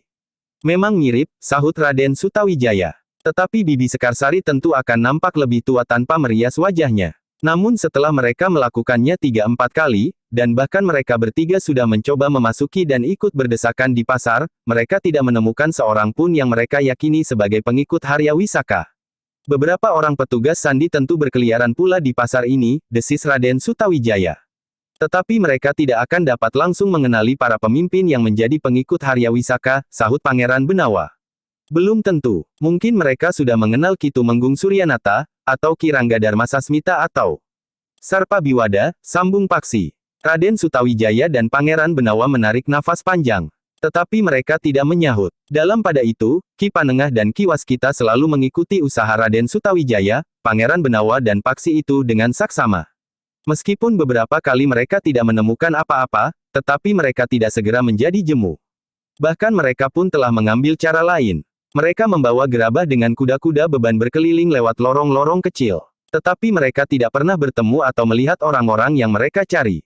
Bahkan ketika mereka dengan sengaja membawa gerabah dengan kuda beban lewat di depan rumah Paksi, mereka tidak melihat seorang di dekat atau di sekitar regol halaman rumah itu. Meskipun mereka tetap menduga bahwa rumah itu masih selalu diawasi, tetapi mereka tidak menemukan orang yang pantas dicurigai mengawasi rumah itu. Namun dalam pada itu, ternyata Ki Waskita pun menjadi prihatin pula melihat Raden Sutawijaya, Pangeran Benawa dan Paksi bekerja dengan tabah dan tanpa mengenal lelah untuk menelusuri jejak Harya Wisaka atau orang-orang terdekatnya. Tetapi Ki Waskita sendiri seakan-akan berdiri di jalan simpang. Jika ia ikut langsung mencari jejak, akan dapat menimbulkan salah paham. Yang paling mungkin aku pancing adalah Ki Tumenggung Sarpabiwada, Ki Panengah, berkata Ki Waskita. Tetapi apa kata orang yang mengetahui atau akhirnya mengetahui persoalannya? Ki Panengah menarik nafas dalam-dalam. Aku mengerti, Ki Waskita. Kita pun harus menjaga perasaan Paksi. Bagaimanapun juga Ki Tumenggung Sarpabiwada itu adalah ayahnya. Sampai saat ini, Paksi seakan-akan masih bingung. Apa yang harus dilakukannya menghadapi sikap ayahnya, meskipun ia mempunyai dua alasan terpenting untuk melawan ayahnya. Ki Waskita mengangguk-angguk. Katanya, iya, Paksi sadar sepenuhnya bahwa ayahnya akan membunuhnya. Kemudian Paksi pun sadar bahwa ayahnya telah memberontak. Tetapi ternyata bagi Paksi kedua alasan itu masih belum cukup untuk melupakan hubungan keluarga di antara mereka, sehingga Paksi masih tetap ragu-ragu. Ki Panengah menarik nafas dalam-dalam. Ia menyadari kesulitan yang dihadapi oleh Ki Waskita jika ia akan langsung melibatkan diri dalam perburuan jejak Harya Wisaka melalui para pengikutnya. Namun Ki Panengah itu pun kemudian bertanya, bagaimana dengan adik laki-laki Paksi itu? Kita belum tahu anak itu akan dibawa kemana. Aku tidak yakin bahwa anak itu dibawa ke perguruan Ki Ajar Wisesa Tunggal. Meskipun Ki Tumenggung pernah ingin menyerahkan Paksi ke perguruan itu, tetapi bahkan sebaliknya Paksi telah mengalahkan orang yang bernama Semburwangi, namun adik laki-laki Paksi itu tidak akan dibawa ke sana. Jika anak itu dibawa ke sana, maka orang-orang yang memburunya akan dengan mudah melacaknya. Ya, jawab Ki Panengah, tetapi apakah kita tidak mencobanya menghubungi Ki Ajar Wisesa Tunggal? Apakah Ki Ajar akan bersedia membantu kita? Ki Panengah menarik nafas dalam-dalam. Katanya, menemui Ki Ajar Wisesa Tunggal mungkin memang adalah usaha yang sia-sia. Tetapi kita dapat mencobanya. Tetapi Ki Waskita pun berkata, aku ingin memperingatkan sifat-sifat Ki Ajar Wisesa Tunggal, Ki Panengah. Apakah kira-kira ia akan dapat diajak bekerja bersama? Ia akan menganggap kita orang-orang yang tidak berarti dan memperlakukan kita sesuka hatinya sendiri. Tetapi pada batas kesabaran itu, akan dapat terjadi hal-hal yang justru tidak kita inginkan. Ki Panengah mengangguk-angguk. Katanya, aku mengerti, Ki Waskita. Ki Waskita menarik nafas dalam-dalam. Jadi, bagaimana kita dapat melacak anak itu? Sulit, Ki Panengah. Sesulit melacak jejak ayahnya itu sendiri. Tetapi kita memang harus mencari jalan. Ki Panengah menarik nafas dalam-dalam. Sementara Ki Waskita itu pun berkata, Ki Panengah, jika tidak ada jalan lain, maka aku akan menempuh jalan yang satu itu, apapun akibatnya. Mungkin kemudian jantung Paksi akan teriris. Tetapi mungkin pula ia akan bersyukur. Ki Panengah menarik nafas dalam-dalam. Namun ternyata Ki Waskita masih juga belum dapat mengambil keputusan. Sementara itu, Raden Sutawijaya, Pangeran Benawa dan Paksi masih juga berusaha untuk melacak jejak Harya Wisaka dengan caranya. Tetapi setelah beberapa lama mereka lakukan, namun masih juga belum terdapat kemajuan apa-apa. Dalam pada itu, hari-hari Ki Waskita selanjutnya dilewatinya dengan penuh kebimbangan. Ia melihat satu jalan yang dapat ditempuhnya. Tetapi jalan itu akan dapat membawa akibat yang kurang baik bagi Paksi. Bukan hanya karena jalan yang satu itu memungkinkan ayahnya dapat tertangkap, tetapi ada sisi-sisi lain yang akan dapat menghentak ketenangan jiwa Paksi. Dengan demikian, maka Ki Waskita itu seakan-akan telah berubah menjadi seseorang perenung. Kebimbangan yang sangat telah mengguncang perasaannya siang dan malam, sehingga terasa pengaruhnya terhadap kehidupan Ki Waskita itu sehari-hari. Raden Sutawijaya, Pangeran Benawa dan Paksi yang akrab dengan Ki Panengah dan Ki Waskita, ternyata menangkap perubahan sikap Ki Waskita itu. Apa yang terjadi dengan Ki Waskita, Ki Panengah? Bertanya Raden Sutawijaya. Aku tidak dapat mengatakannya, Raden. Apakah sebaiknya kami bertanya langsung kepada Ki Waskita saja? Biarlah Paksi yang bertanya. Aku, desis Paksi. Iya, kau, Paksi.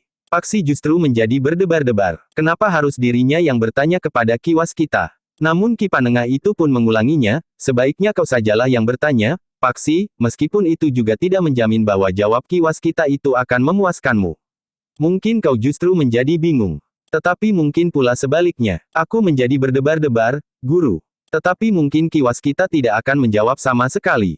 Paksi menarik nafas dalam-dalam. Katanya, baiklah, aku akan mencobanya. Jangan tergesa-gesa. Kau dapat menemuinya nanti malam atau esok. Bukankah kau besok tidak akan memasuki kota raja dengan penyamaran? Tidak, Ki Panengah. Mungkin pekan depan, jika pasar gede itu sedang pasaran. Jika demikian, temuilah Ki Waskita itu esok. Pagi atau siang atau sore. Baik, Ki Panengah. Hari itu Paksi pun telah mempersiapkan diri untuk menemui dan bertanya langsung kepada Ki Waskita, kenapa Ki Waskita nampak menjadi murung.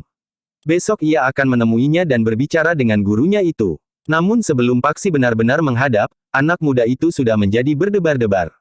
Jantungnya serasa berdetak semakin cepat. Tetapi aku harus berbicara dengan guru untuk mendapat gambaran yang jelas tentang keadaannya. Di hari berikutnya, Raden Sutawijaya, Pangeran Benawa dan Paksi tidak pergi ke kota raja. Mereka telah ikut terjun ke dalam kesibukan menyelesaikan pembangunan padepokan di hutan Jabung itu. Namun Paksi pun nampak gelisah. Ia mendapat tugas untuk menemui Ki Waskita yang di hari-hari terakhir nampak murung. Tetapi Paksi tidak melakukannya secara khusus. Ia tidak ingin datang menemui gurunya dan mohon waktu untuk berbicara bersungguh-sungguh. Namun Paksi ingin menemui dan berbicara dengan Ki Waskita itu justru pada saat mereka beristirahat. Sebenarnya lah, ketika matahari sampai di puncak, maka mereka yang bekerja menyelesaikan padepokan itu pun beristirahat. Mereka mendapat sebungkus nasi dengan lauk pauknya bagi makan siang mereka. Seperti biasanya, Ki Waskita memang lebih senang ikut makan bersama mereka yang bekerja menyelesaikan padepokan itu. Ki Panengah juga sering melakukannya, tetapi tidak sesering Ki Waskita. Namun ketika Ki Waskita mendekati Ki Kriyadamai yang juga sedang makan bersama mereka yang sedang beristirahat itu, Paksi mendekatinya sambil berdesis, "Guru, ada sesuatu yang ingin aku tanyakan." "Hei," Ki Waskita memandang Paksi dengan kerut di kening. "Ada sesuatu yang ingin aku tanyakan, Guru. Kita akan makan siang dan beristirahat." "Sambil makan siang, Guru. Persoalannya bukan persoalan yang penting." Ki Waskita itu pun kemudian duduk di sebatang balok kayu yang terbujur di belakang bangunan yang sedang dikenakan bersama Paksi sambil memegang sebungkus nasi bagi makan siang mereka. "Apa yang ingin kau tanyakan, Paksi?" "Maaf, Guru. Bukan maksudku mengusik perasaan Guru." Ki Waskita memandang Paksi dengan tajamnya. Dengan nada dalam ia pun berkata, "Katakanlah. Jika saja aku dapat menjawab, maka aku akan menjawabnya." Paksi memang masih saja ragu-ragu. Tetapi rasa-rasanya ia mengemban tugas dari Raden Sutawijaya dan Pangeran Benawa. Paksi dipercaya untuk berbicara dengan gurunya, kenapa pada hari-hari terakhir Ki Waskita nampak murung dan bahkan gelisah. "Guru," berkata Paksi kemudian, "sebelumnya aku mohon maaf. Mudah-mudahan tangkapan kami atas penglihatan kami pada hari-hari terakhir ini tidak benar." Ternyata Ki Waskita segera tanggap. Karena itu, ia pun tersenyum sambil bertanya, "Siapakah yang kau maksud dengan kami?" Paksi mengerutkan dahinya. Katanya, "Aku, Raden Sutawijaya dan Pangeran Benawa." "Oh, terima kasih atas perhatian kalian. Tetapi apakah yang telah kalian lihat?" "Menurut penglihatan kami, Guru pada hari-hari terakhir ini nampak murung." Ki Waskita tertawa. Katanya, "Apakah aku menjadi murung? Atau bahkan seperti seorang gadis yang merajuk?" "Tidak, tidak, Guru. Dalam pengamatan kami, nampaknya ada sesuatu yang Guru pikirkan. Justru masalah yang agaknya sangat rumit." Bersambung ke jilid 26.